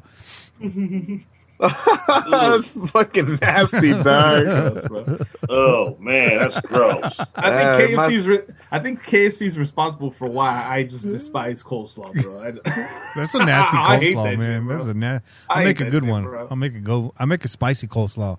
I do it kind of everything regular, light on the mayo, but then I add like a molcajete salsa in there from the market. Oh, it's pretty tasty. Pretty tasty. Now you're speaking my language. We'll have to bust it out. We'll have to bust it out. We'll do a little. I'll make a coleslaw, but it's all citrus, bro. Okay? Oh yeah, lime juice, salt, pepper, jalapenos, radishes. That's a Mexican coleslaw. Right? Yeah, I would say that's not coleslaw. I make a vinaigrette coleslaw. Bro. Ain't no mayo over here, dog. No, I make a vinaigrette coleslaw with like a vinaigrette dressing over it instead of mayo. I don't do mayo either. You don't need the mayo. Yeah, you don't really need it. Coleslaw should be like that, right? It should be acidic. It should cut through because you're eating it with barbecue and like real heavy, rich. You need something like bright, like like the vinaigrette, like Kane's talking about. It should cut through. I do those braised pork rib on the Hawaiian dinner roll with the spicy coleslaw on top, the little pork rib sliders. It's pretty fire. Nice. That sounds good. Yeah. That Hawaiian bread, man. I'll put just like a 1 tablespoon of mayo just to bind it together. But some people put the whole fucking 2 cups in there and glop it all together. I'm like, bruh. Knock it off with that shit, bro. Cut it out, bro. Hey, and shout out to Diego Lopez with the joke on the chat. He's like AB shoes, not clown shoes. AB shoes. Shout out, dog. Oh, yeah. I got you, dog. I got you. Hey, but okay, let's move on to this discussion on Damon Arnette. All right. So Damon Arnette, as we've been discussing, has been a camp standout so far, right? So far in the season, he's been a standout. As one of the young prospects, the new guys joining the team here in the 2020 season. So he's been showcasing his abilities, okay? I think in the combine, he didn't run a very fast 40. I want to say he was in the 4.5 range, 4.5 something along those lines, 4.6 even maybe. But I do know that when we were discussing the draft picks on our show when we did the draft, one of the people that was watching did comment on the fact that he had an ankle injury or a foot injury of some sort going into the combine. So it might explain the difference in pace that we are now seeing in your boy Arnette. Now, everyone is going crazy about him because that video was posted, as Kane noted. There's some DB drills, and maybe we should kind of taper our excitement and our expectations. But you know what, man? When you see these young cats getting after it, when you see them going out there and they're talking it up, spitting that game, and then they're going out there, they're performing, they getting after it, shutting down a receiver, getting an interception. Yo, I'm all for it, man. It gets me hype. It gets me excited. And Damon Arnette, he's got that swagger, bro. He's got that swagger. He's out there swaggering boisterously, bro. Just like the autumn wind would tell you a Raider should be doing, bro. Okay, a Raider's supposed to act like that. He's out there, he's letting you know, I'm here, and I plan on being here for a while. So better get used to this. And if you don't like it, well, that's just one up on me, right? So he goes out there, he's talking it up with people. One of the quotes that I got down for him, now, I really liked it. Right at the beginning of the video, the Raiders put out this clip. He said, "Oh man, I done cut my finger." And somebody said, somebody goes, "How'd you do that?" He said, "Being too sharp." Being too sharp, man. He cut his finger, bro. He's too sharp. All right? Damn, he's quick. Yeah. Being too sharp. Quick draw. And so, hey, man, I like that. Going into that clip, I was like, all right. This guy's got jokes. He's got some swagger about him.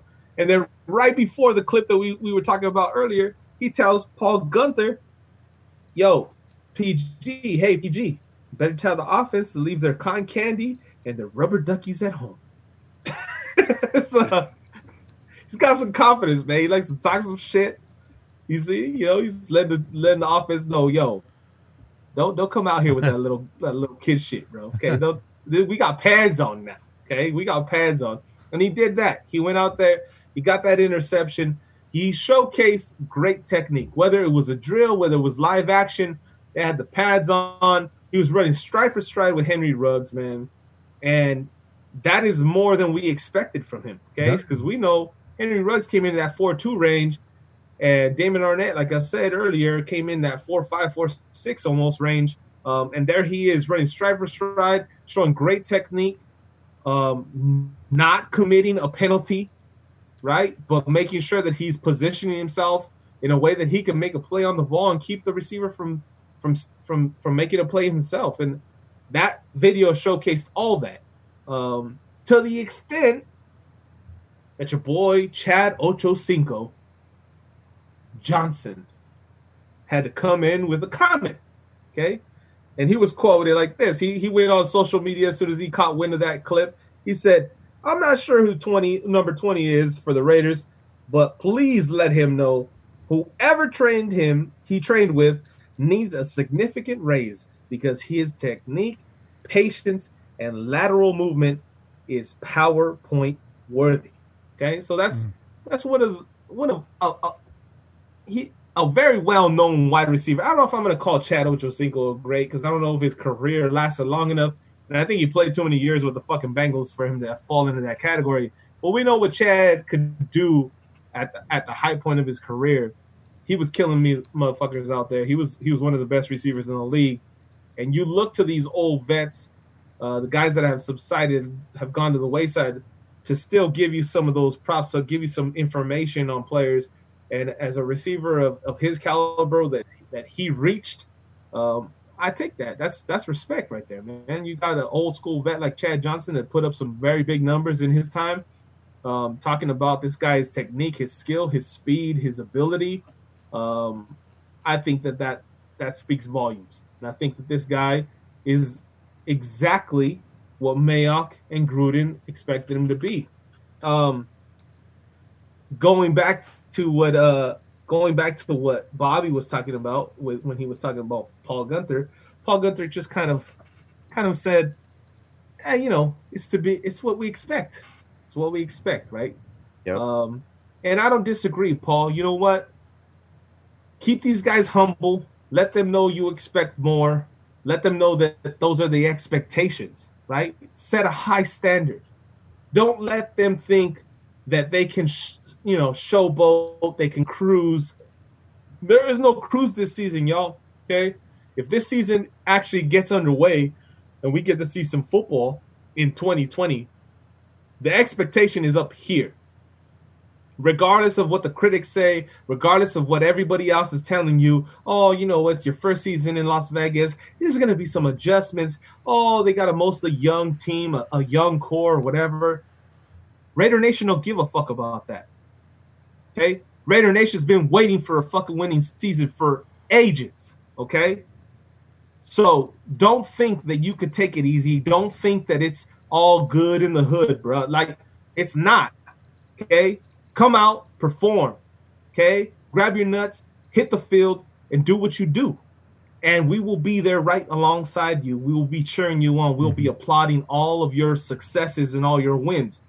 But if you come out there and you shit the bag, don't think that you ain't gonna catch the heat, bro. You're not gonna get by. Okay, you come out there, you get beat, you get burnt, you get toasted. You're gonna hear about it. You can catch some tacos for a loss, bro. Tacos for a loss. Hey, shout out shout out to Booby Miles. Booby Miles. Did you hear Damon Arnette said that?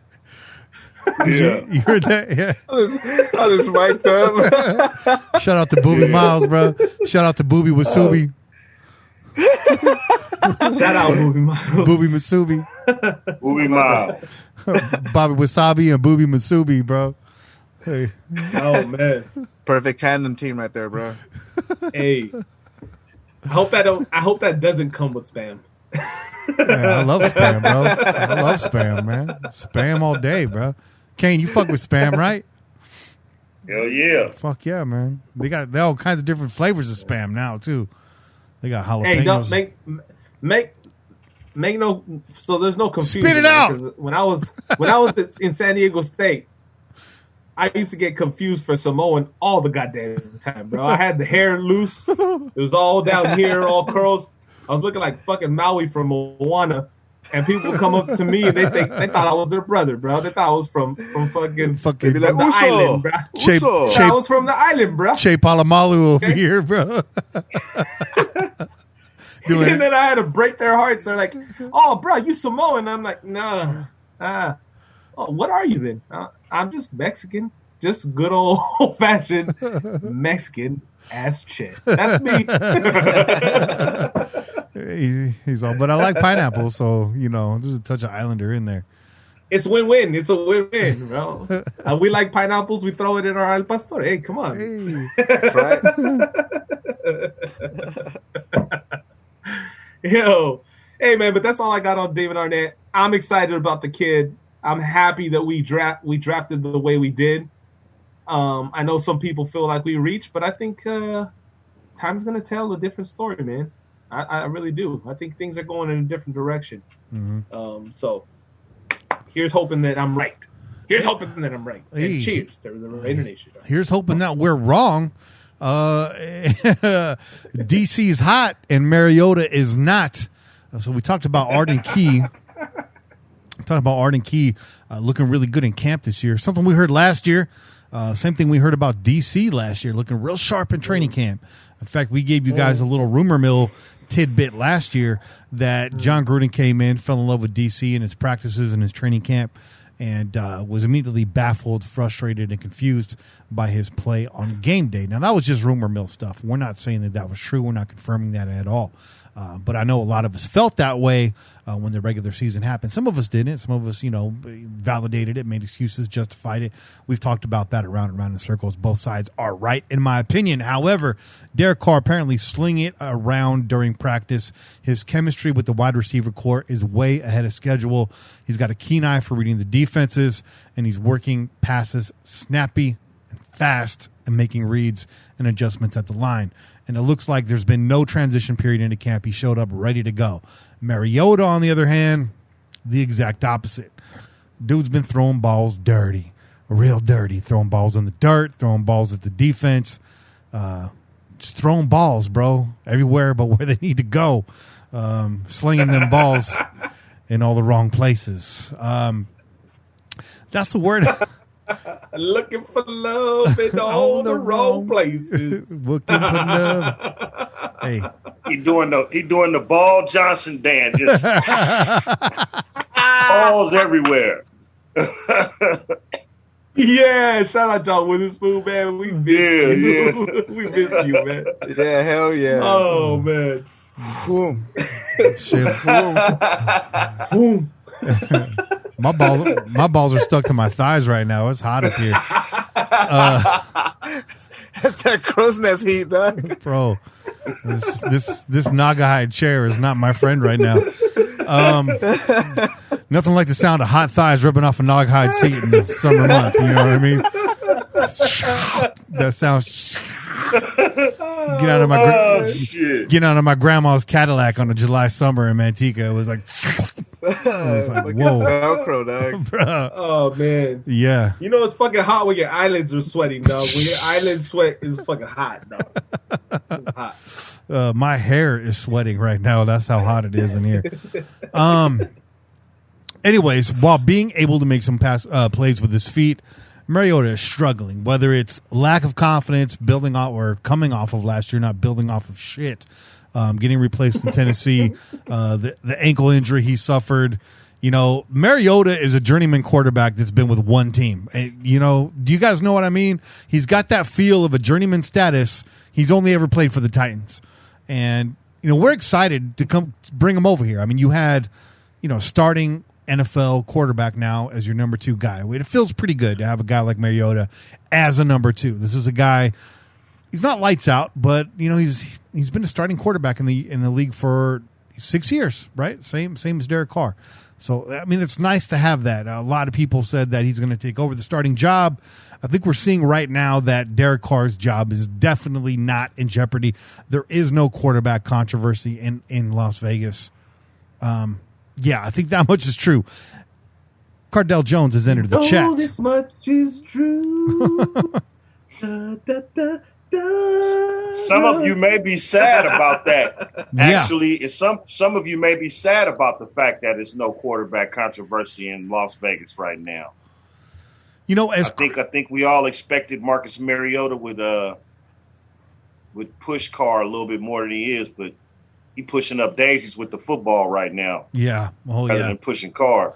You know, and I'm happy and sad about that because I wanted Mariota to push Carr, not unseat Carr. Because if we have Mariota starting in there, that means we're taking steps backwards as an organization. I want to see Mariota not taking over for Carr. I want to see Derek Carr taking steps forward. I want to see this team progressing. I want them hitting Las Vegas, hitting the ground running out there, like Shay just said.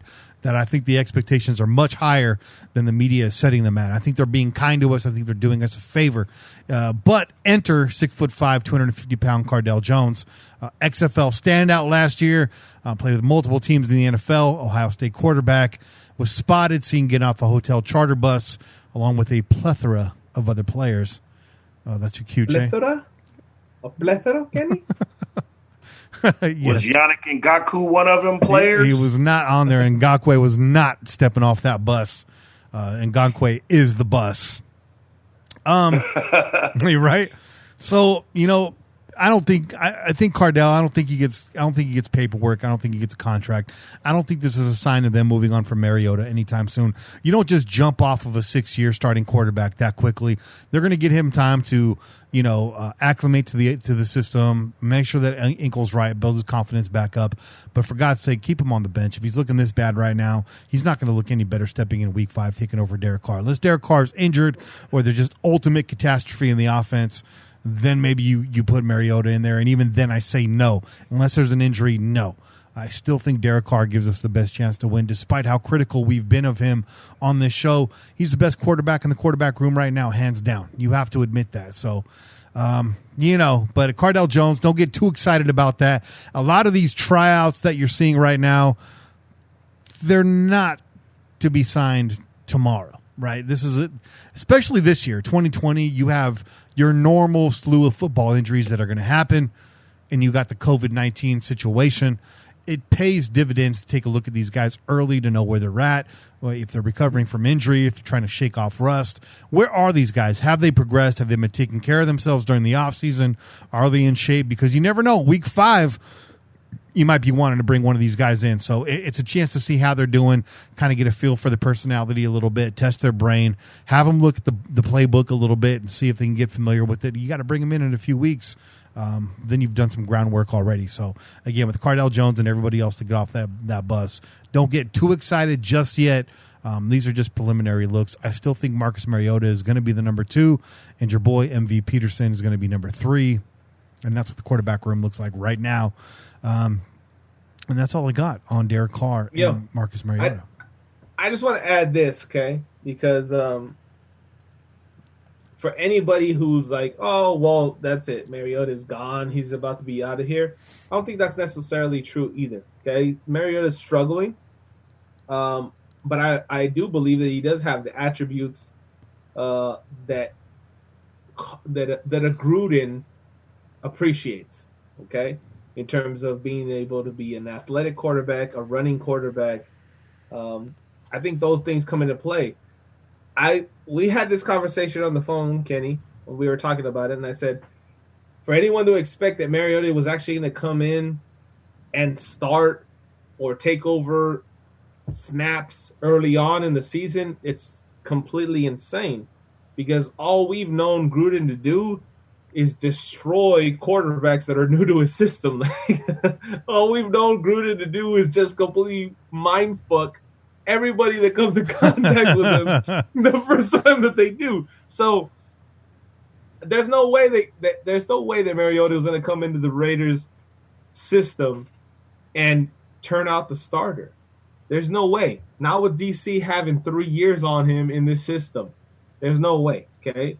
And that's for that very same reason. There's no doubt that DC is our best chance of winning, because Nathan Peterman ain't it. and Mariota ain't it. Not in one season, not even a season, right? An off season that is the weirdest off season the NFL has ever had to fucking go through. There's no way he's gonna be that guy. Okay? There's no way. So taper back your expectations, because if Mariota ever does get an opportunity to actually steal away a starting position or a starting quarterback position from Derek Carr, it's not now. No. It's not going to be in this season. No. Unless the Raiders just completely shit the bed and they're out of playoff contention and out of the fucking division race early on in the season, you will not see Marcus Mariota. As excited as people were, as angry and fed up as people were with Derek Carr, it's just reality, y'all. Okay. I think people looked at that, had his contract. You know, they looked at what his contract with all the incentives in it, and said, okay, he got money, and then he got money, starter money, and the incentives.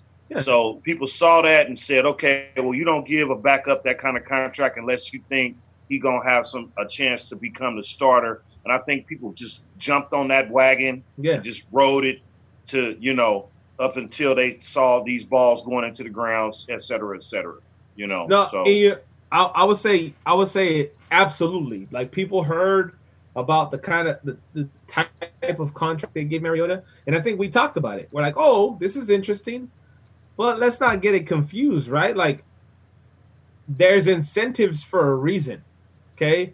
Because your gameplay up to this point hasn't shown us a reason to pay you more than what we're willing to give you.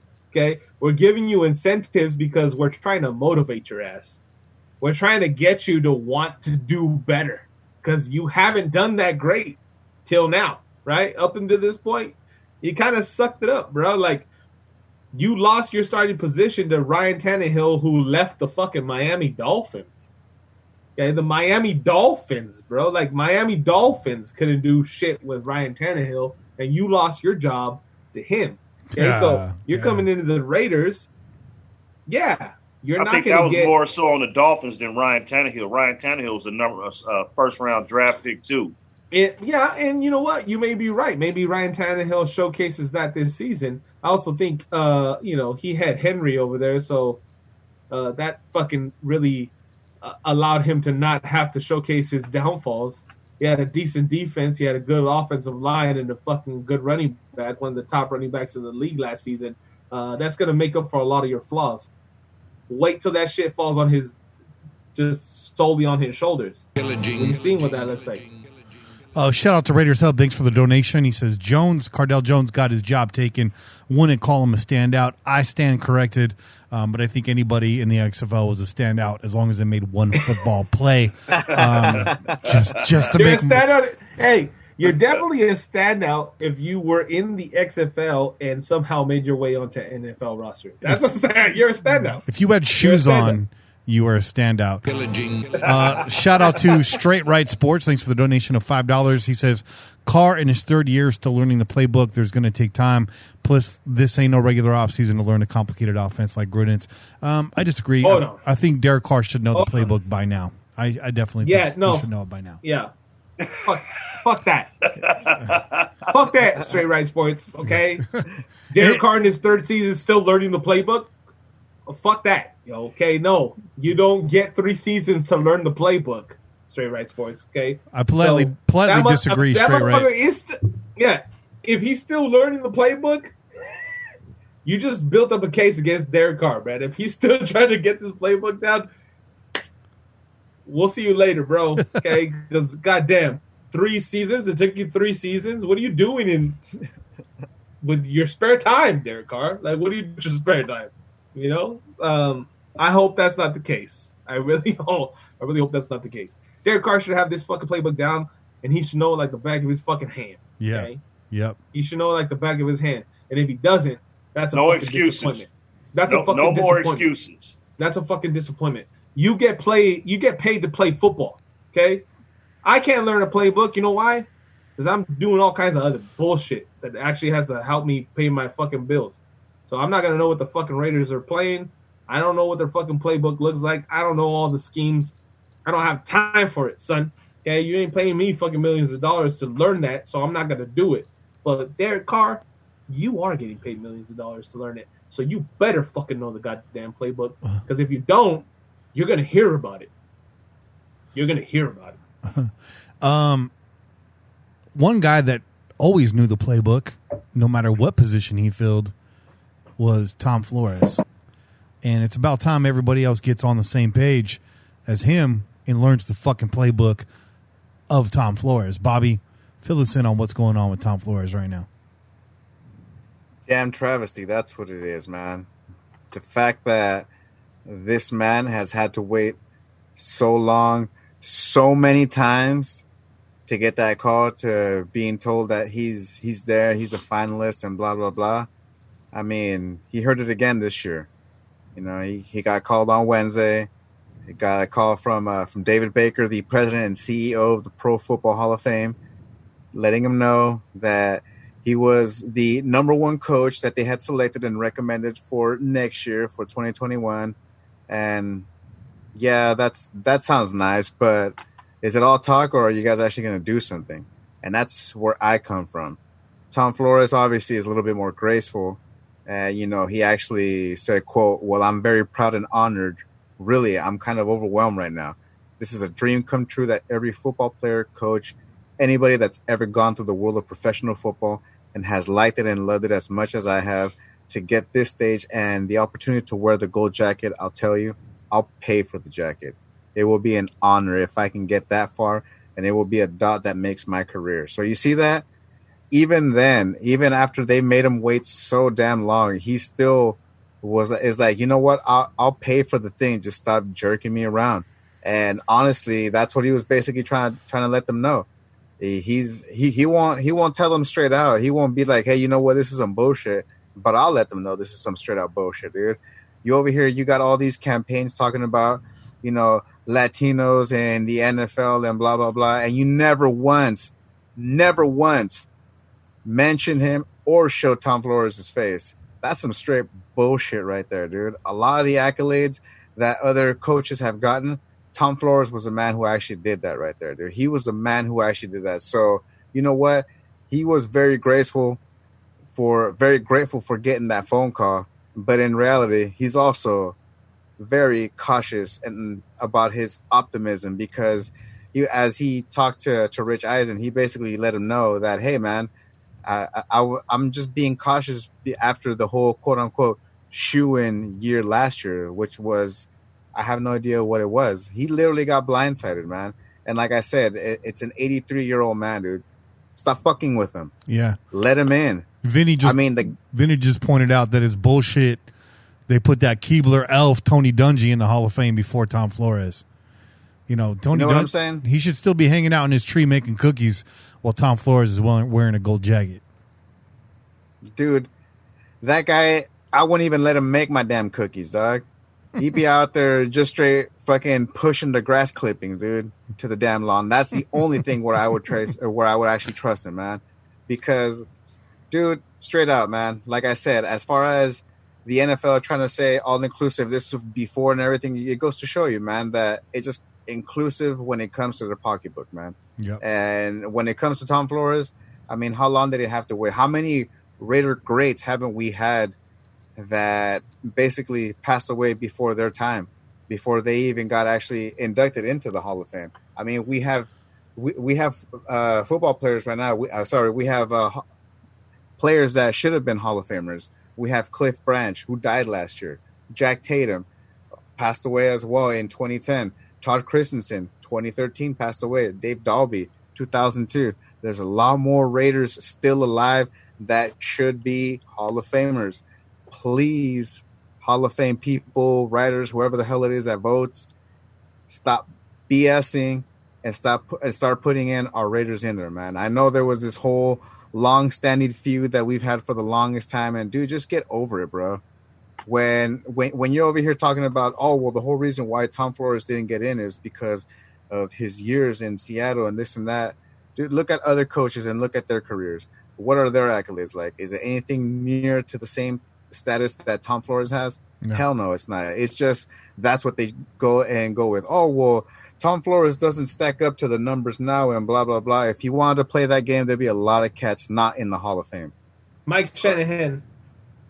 Yeah, dude, come on, man. Hey, fuck that guy. Gold dude. jacket. Actually, Tom Flores beat a lot of good coaches. Go look at his record. Go look at his record against the greats and see. The thing about him not getting inducted into the Hall of Fame, which I've said, and I think I'm gonna just continue to stick by this. I feel bad that it's looked at like this, but I think they attribute all of his work to Al Davis, and they already put Al Davis in the Hall of Fame, and he didn't have such a successful career away from Al Davis. Mm-hmm. And so the two Super Bowls, Al had his hand on the team. It's unfair. It really is. It's unfair. But I think that's how the Hall has looked at it for so long. And you're right. Don't make another mistake. Don't do like Kenny Stabler and wait till they dead to put him in the Hall of Fame. You know what I'm saying? Mm-hmm. Put him in. Go look at his body of work. Whether you blame that on Al Davis or whatever, go look at his body of work, his win-loss record, what coaches he beat, how many times he beat those coaches. He beat Coryell. He beat some of the best coaches, the Chuck Knowles, the coach for just go look at his records. I can't go all the way through it right now, but he beat some of the greats more so than they beat him, and by a big margin. Gold jackets belong on shoulders, not tombstones. The NFL, shoulders, not tombstones. If you appreciate these people and you want to show them they're appreciated, do it while they're on this earth. You coward pieces of shit. You want to talk about motherfucker. The NFL wants to be involved in social injustice and progressivism. Put your fucking money where your fucking mouth is and give this guy a gold jacket. He's done more for your league than all of these other coaches combined. That's right.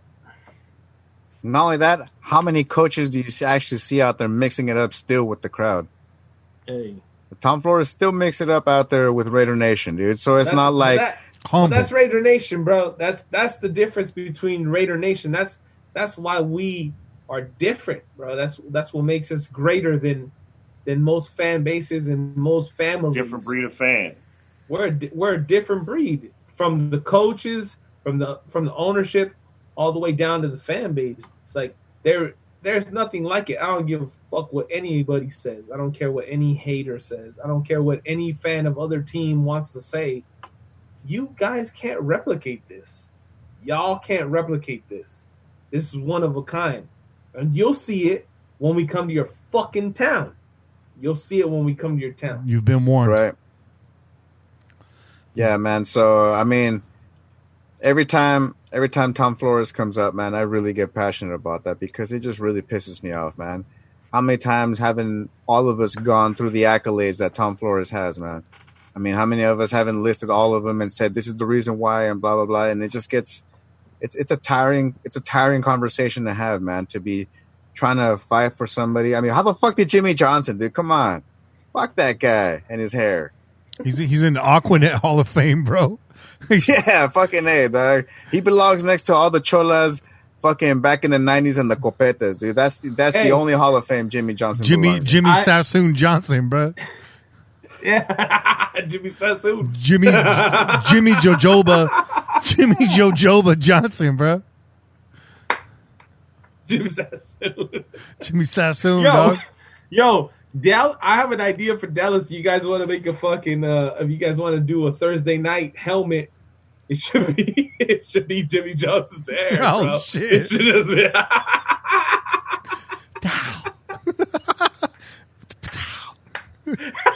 Hey, that's how Arnette cut his finger, bro. He was like, "Pow." He was like, "Sa." Oh, that Jimmy Johnson helmet, bro. Hey, but listen, real quick, man. Okay, because Bobby brought up a great point about how many other minority players, owners, coaches, owners, I don't know. We don't have a fucking minority owner in the NFL, so I need to pull back on that one. Let's wait for that to happen. But minority coaches, minority players are honored before Tom Flores. What kind of bullshit is that? They never mention him. What kind of bullshit is that? Because Tom Flores was a quarterback. Tom Flores was an assistant coach. Tom Flores was a head coach. Okay? Tom Flores did it all and won it all. Was he also a general manager? Yep, he was actually president and GM of the Seattle Seahawks, the first Latino NFL president, dude. Damn. Come on now. Pa que vean, bro. You guys want to talk about minorities, and you want to fucking preach to the crowd about these people. Tom Flores is at the top of the list, and that's no hate on anybody else. But how could you overlook the fucking man that started it all? Like, that's bullshit. And Modelo, as our new sponsor, you better come up with a fucking commercial and right your wrongs, because putting motherfucking Tony Gonzalez and fucking Anthony Munoz from the Cincinnati Bengals as the Hispanic fucking group that represents the NFL as the most inspiring fucking Hispanics out there, get the fuck out of here, okay? I can hear came before all of them. I can hear bottles of paste pecani sauce opening up right now. New York City. Oh, can you believe they said get a rope in that commercial? Come on, man. Can you believe that, bro? Yeah. I do. Come on now, I'm brown, bro. I believe a lot of shit that happens in this country. I can't believe that. Come on now. Jesus. Come on now. I'm brown, bro. I've seen it all. Brown. But listen, man. Stop fucking around, okay? Stop fucking pulling this dude's heartstrings around and get this man into the fucking Hall of Fame and do right by him, because it all starts and ends with him, okay? As soon as you get this man into the Hall of Fame, then you will satisfy more fans than you understand, because he's our representative. And for those of you who didn't know that, now you fucking know, okay? I don't care if you're a fan of the Raiders or not. You owe a lot to this man. You owe a lot to this man. If you look like me and you look like Bobby, you owe a lot to this man. That's right. I mean, shit, dude. He fucking coached Jim Plunkett, bro. And Jimmy, can we get Jimmy in the fucking? Come on now. Two Super Bowls. I don't give a fuck. Two Super Bowls. We got a lot more cats that need to be in that Hall of Fame, dude. Lester Hayes. If Cliff Branch got to be after Tom goes in. If Cliff Branch isn't in, that's some fucking bullshit. It's a travesty. Come on now, that's bullshit, man. Cliff should have been in, man. He should have been in. Like there's no question about his numbers. Go ahead and look at the '70s numbers. Go ahead and look at the players that existed in his era. Most career postseason receptions in the NFL. You can't find a handful of players that put up better numbers and stats than fucking Cliff Branch did in that time. I got to call timeout really quick because we've gone. I don't want to get us off this topic. We'll get right back to it. But we did have a super chat comment that I want to recognize. Pillaging. Beto in Cali says, I don't think it's learning as much as he now will have the weapons. Look at what he did with Accountant Renfro and Waller. So talking about Derek Carr, look, thank you for the donation of $24.99. I appreciate that. You're not wrong. Thank you. Right back at you, Bobby. The heavy breath. Look. I don't know what to say. Like, you're not wrong, but you're not 100% right either. I mean, if you're just going to stand there and take a taco for a loss, and you got Josh Jacobs doing jumping jacks because he's wide open, it's got more to do with the lack of weapons. Oh, Go back and listen to episodes 78 through 135. And I think we explained it pretty clearly somewhere in there. Yeah, that's right around the time when we started getting a lot of hate mail. Yeah, look, a lot of hate in the DMs and social media. Beto, very generous. So I don't want to like diminish your comment because I don't think you're entirely wrong. Not at all. I get your point. What you're saying is there's just way too many weapons there right now. There's like zero excuses left. So we'll end there. We'll just jump forward to that because that's kind of what I'm reading between the lines, and I think we agree with each other. I think we just wording it differently. So I appreciate that. I'm sorry to get us off topic, guys. That comment came in like 10 minutes ago, right as we transitioned out. So I try not to let super chat comments go. So that was the right thing to do. That was the right thing to do because I mean? We appreciate y'all. And the accountant Renfro, that was funny. That was funny. Renfro did my taxes this year, and I got to say, I was really happy with the refund. Thank you, Renfro. Appreciate it.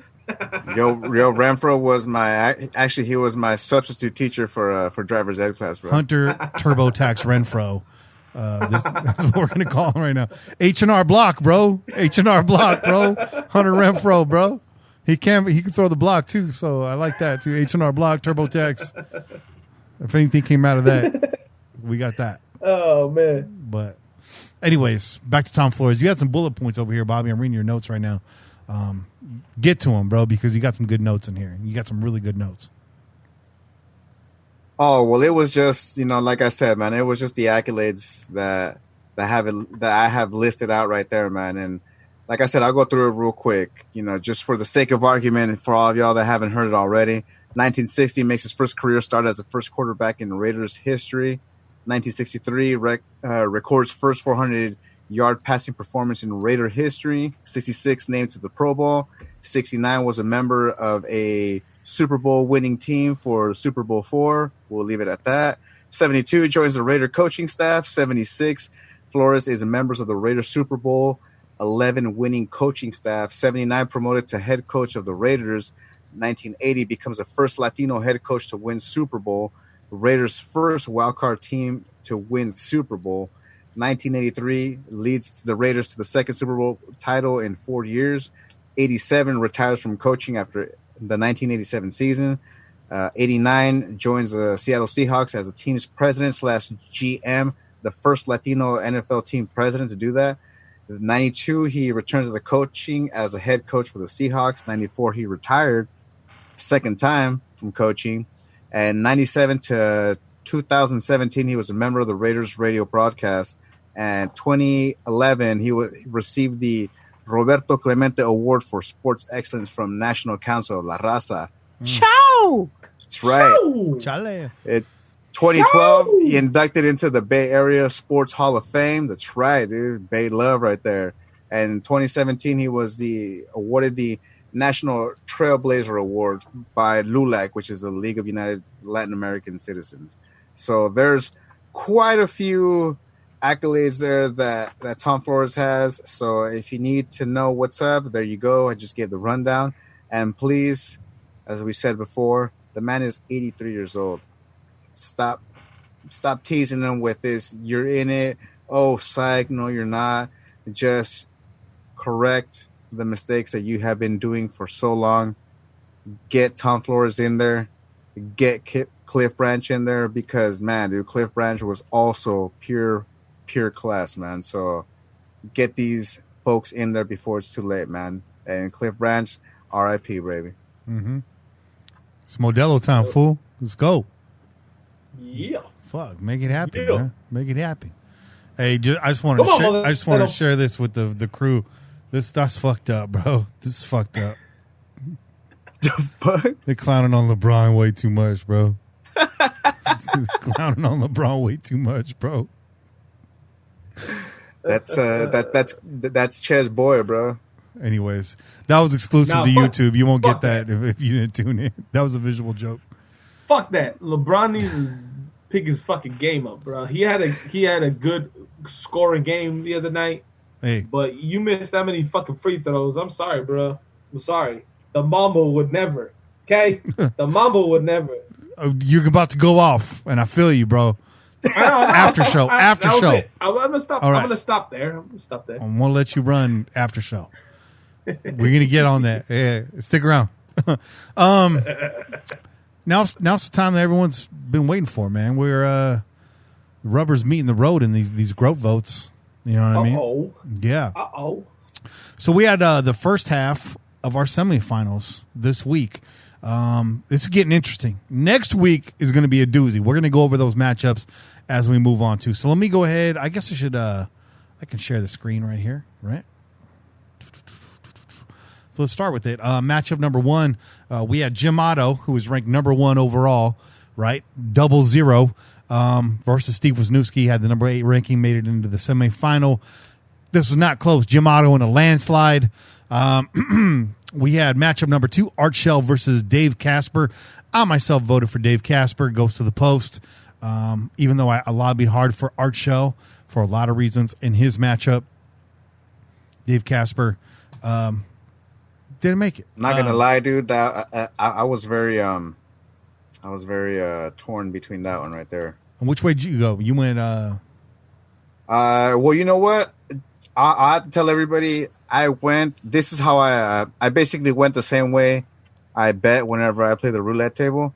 I just basically I did 4 votes for Art Shell and 4 votes for Dave Casper. You son of a bitch. I think like I won, you know? I feel like I won. Kane, you voted for Casper? I voted for Casper. Yeah. Yeah, I did too, man. I did too. You got a whole play named after you, bro. Yeah. Let's move on. Matchup 3 in that bracket was Dave Dalby versus John Madden. Don't pay attention to these rankings. I had them wrong. Dalby was 6. I think Madden was actually ranked 3rd overall. So this is not an upset. John Madden taking 95% of the vote. And then Gene Upshaw versus Rodney Hudson, ranked 2nd and 10th respectively. Gene Upshaw taking 91.6% of the vote. Moving on to bracket B, where we had mostly defensive players and a couple. We had Al Davis in there. Al Davis ranked number 1 in that bracket, as he should be. The favorite to win the whole thing. John Matuzak had a really unfortunate matchup here. I think in any other matchup, John Matuzak probably shows out a lot better. But Al Davis taking basically 96% of the vote. And matchup 2, this is the one that had people emailing me and messaging me like, God damn it, Kenny, why'd you do this to me? Howie Long versus Ted Hendricks. Kane, which way did you go in this vote? I went with Ted Hendricks. Bobby, which way did you go in this vote? Dude, another one that I was very, very I was just torn between, man, because I do have the man's jersey. I do love the way he hit. I'm a defensive cat, but at the same time, if we're talking about the way the man hits, there's nobody else like kick him in the head, Ted, bro. So I had to vote for Ted Hendricks on this one, bro. I just couldn't not. And sorry, Howie, I love you, bro. Yeah, I went Howie Long here, but I paused for like 5 minutes. I was like, let me come back to that. It was the last one that I voted on, and I just went Howie Long. I couldn't get the flat top out of my head. Che, where did you vote on this? I mean, my vote's with Howie, bro. Mm-hmm. I mean, I was raised on some Howie Long. You know what I mean? My cousin sported the fucking the Howie mullet, bro. The sporty top with the fucking party in the back. They had that shit, brother. Did they have the neck roll too, bro? Shout out. They had my Uncle O too. My Uncle Big O had that Kentucky waterfalls flowing down his neck, bro. Okay, so that Tennessee tuxedo.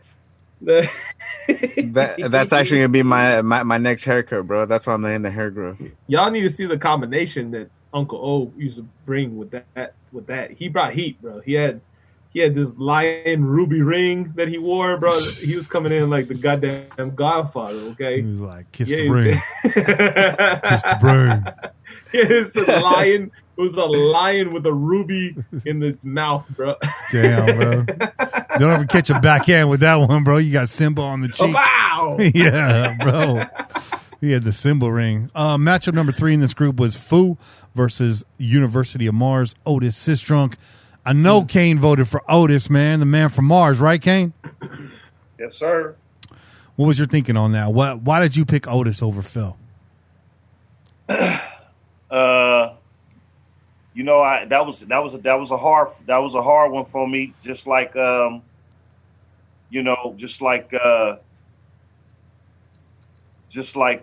Howie Long and the Howie Long and Ted Hendricks vote. Mm-hmm. That was a hard one for me. But Otis Sistrunk, they called him from the University of Mars for a reason, right? Yeah. You know what I'm saying? I mean, you got to give him that. He was a solid player on the line, more than a solid player. He should be in the Hall of Fame too. The steam coming off his head and shit, bro. Man, hey, that was a beast. You didn't want to see him on Sundays across the way from Mauler. You know what I'm saying?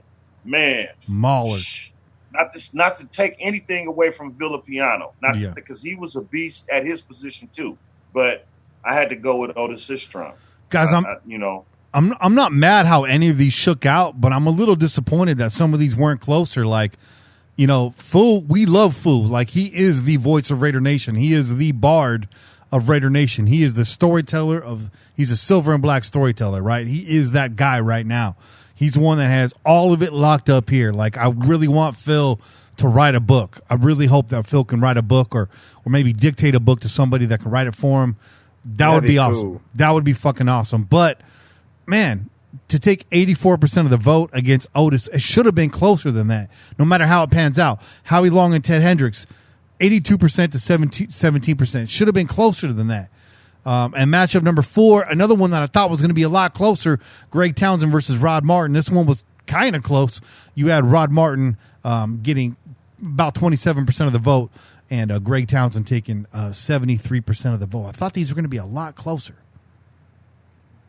That one was easy for me. Yeah. I mean, yeah, but still. And then I won't say his real name, 24 in the chat. He's an original pillager from PJ4F.com. He says, never trust the voting system on PJ4F with Dakota around.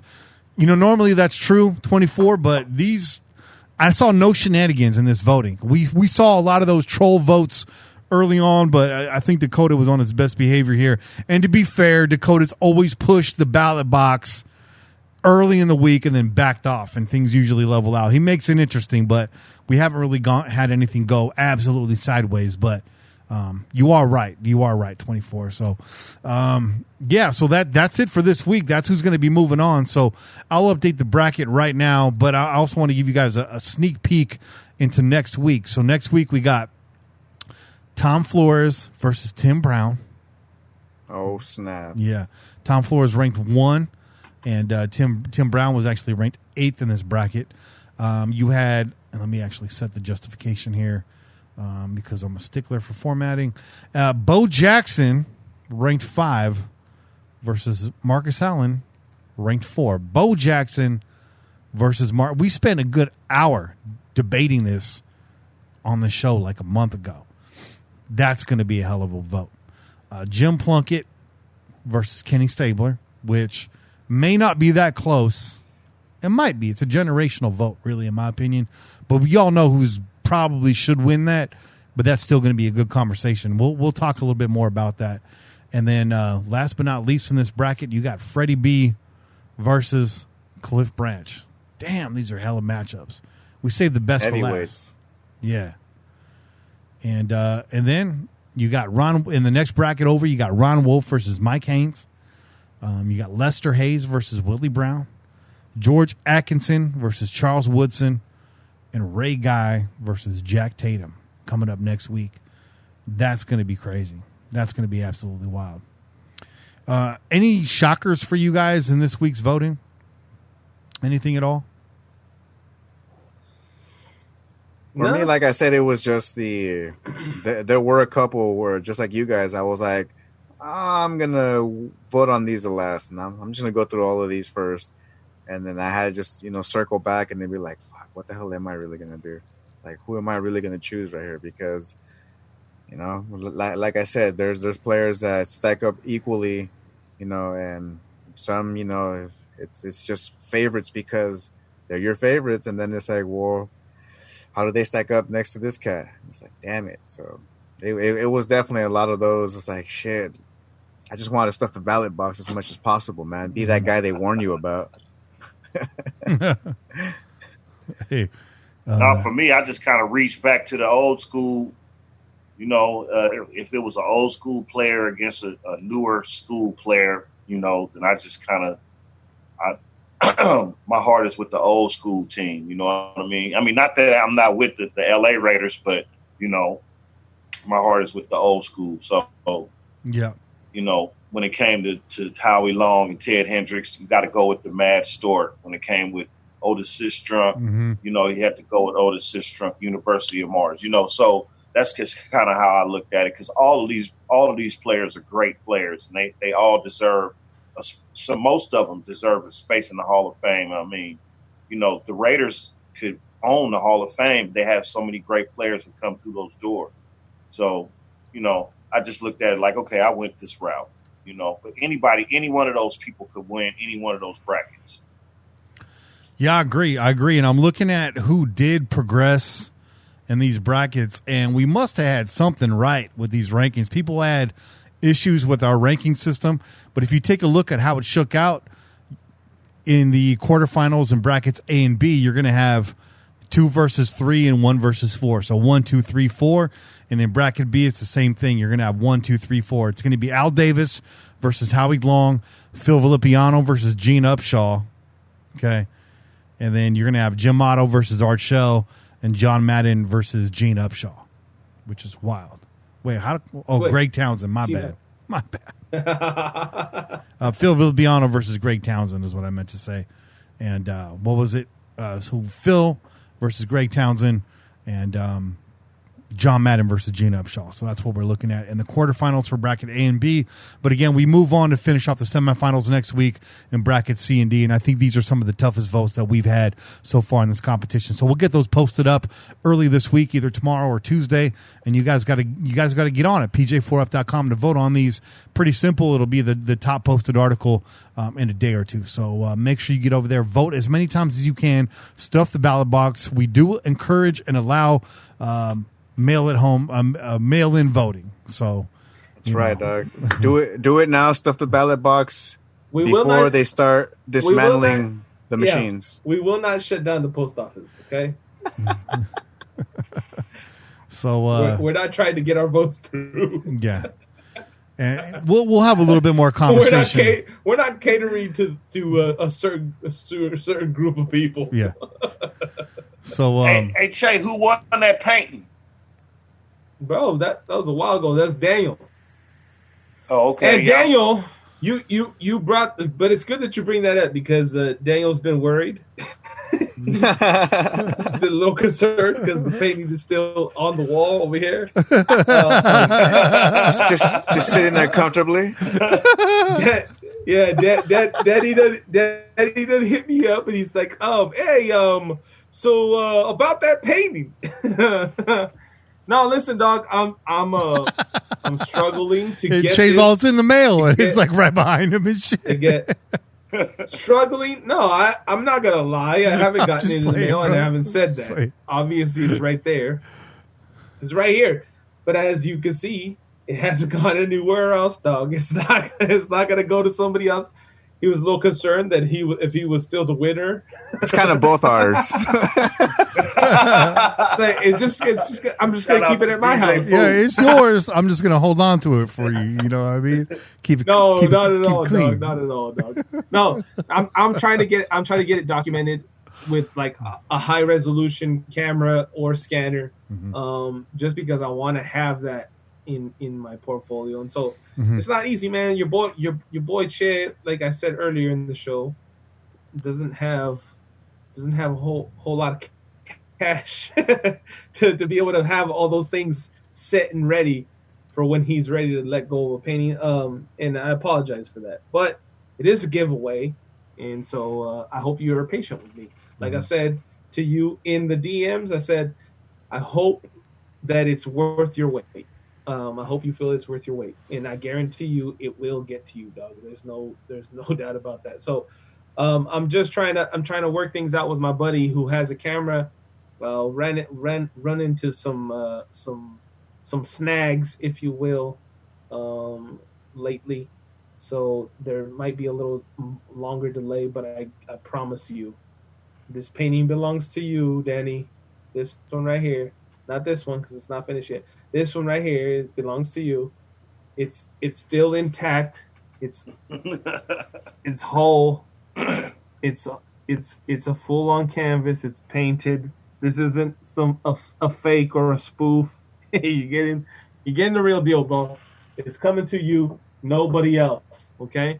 So as soon as I can make that happen, I will, bro. And I will. I'm going to tell you this. I'm going to say this. I'm going to go ahead when that actually I'm actually able to get it in the mail. I'm going to fucking post a video, just so you know that it's coming your way, dog. Okay. I'm going to post a tweet of me mailing it off, packaging it up, getting it all nice and pretty for you, and I hope, like I said, make sure you get his address in that video too. So that's real important. So he knows you got it right. You know, Damage Incorporated just says Daniel gets custody of the painting on weekends and holidays. So. Daniel's gonna be real pissed off when this shows up in the mail instead, bro.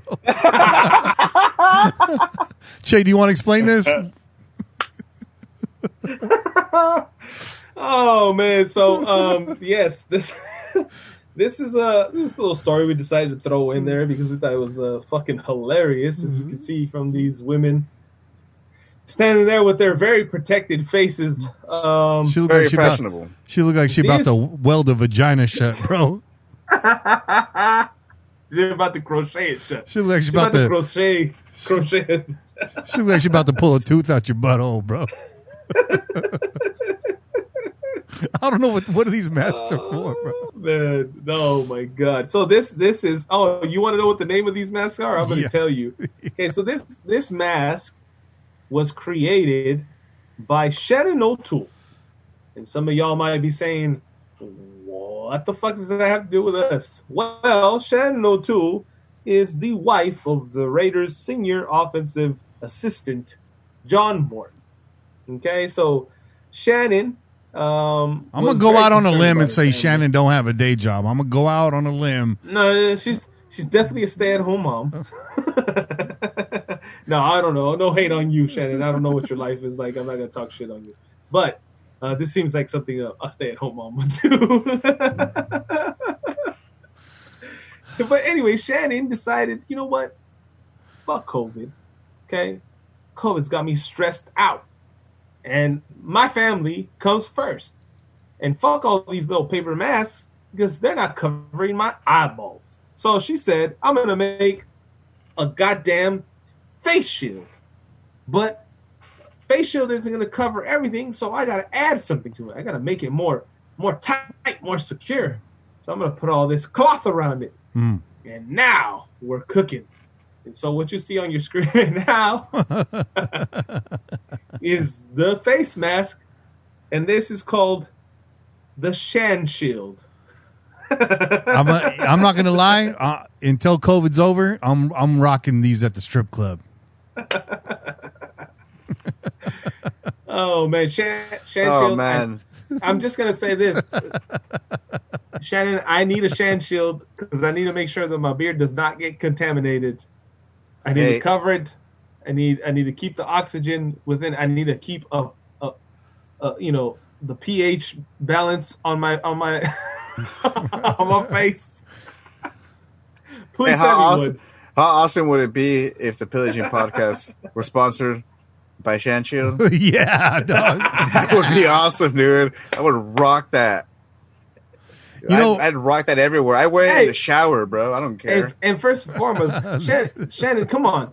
How are you going to be a Raider coach wife and not post up a picture of a Shan Shield with some Raider logos? God damn it! It's the first thing I thought, bro. It's the first thing I thought. And I know she got one. I know she's got one.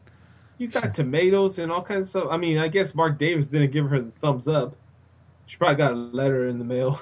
You can get sued for that, you know. Lawyers. Yeah, you guys are probably we know. We know, Kane. If you're worried about that, Shannon, I got a logo that looks very reminiscent of the Raiders logo. You can use at your own risk. Just saying. Play at your own risk. I'm telling you. Shit. Oh man. But listen, man. So Shannon.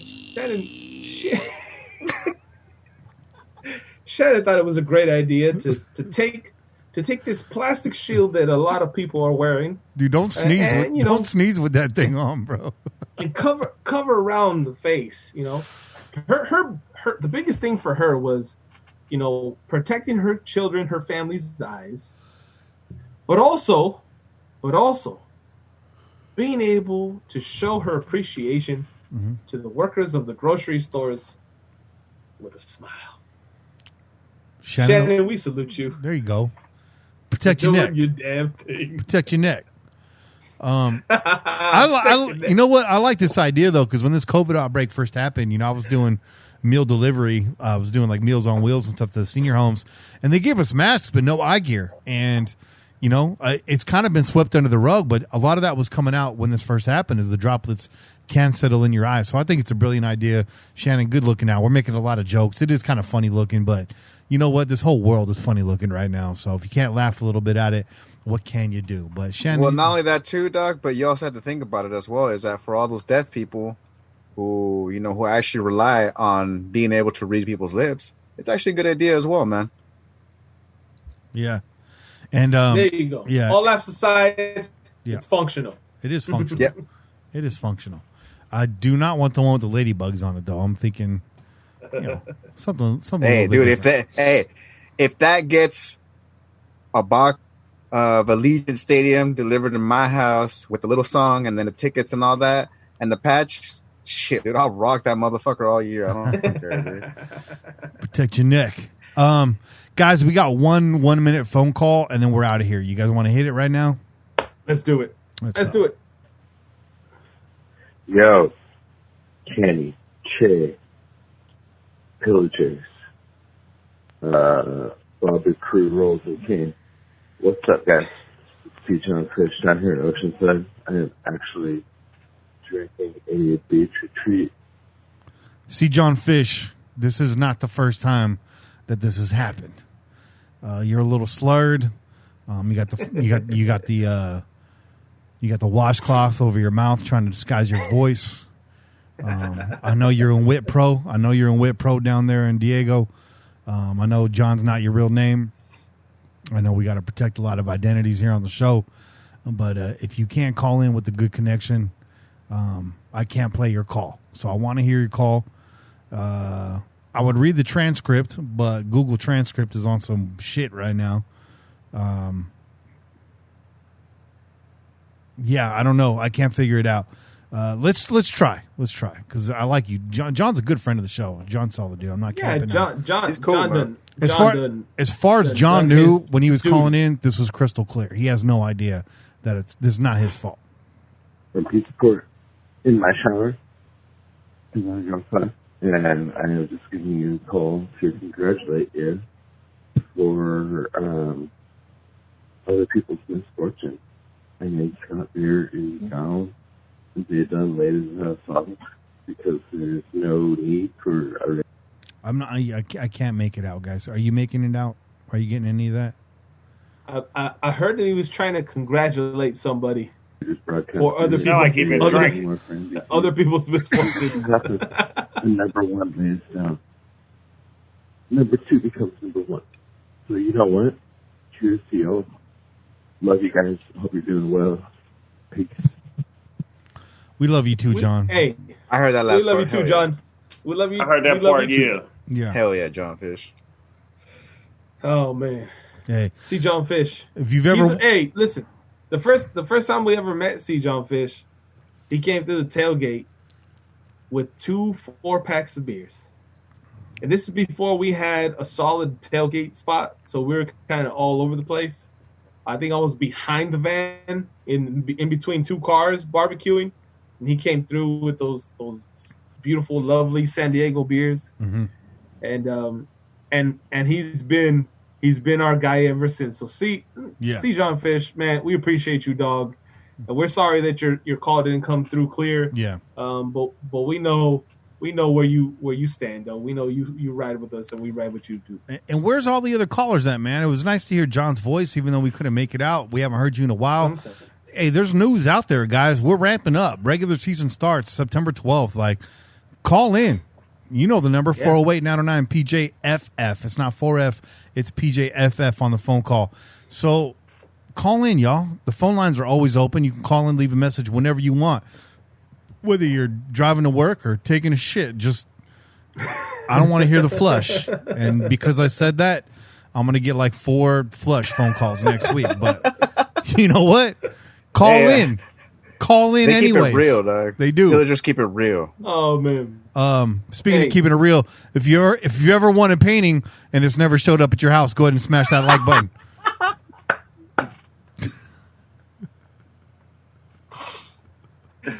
Oh yeah. If you ever had your pussy welded shut, smash that like button. If you ever dreamed of wearing a Shannon shield, hit that like button.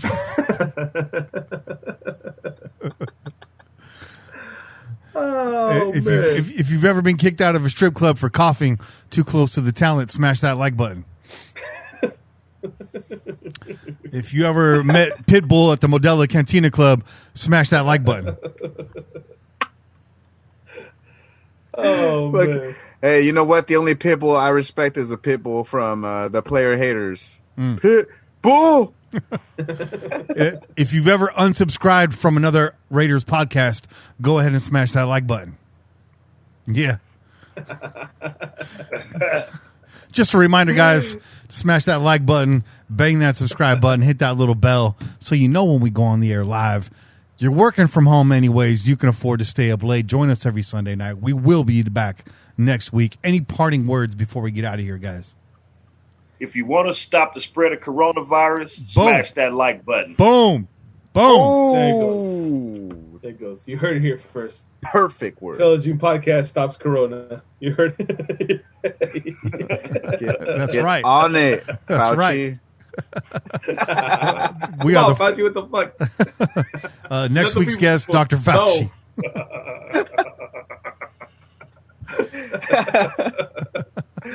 Oh man. Hey, I just want to say we appreciate all y'all for tuning in, man. It was a nice group of y'all up in the chat tonight.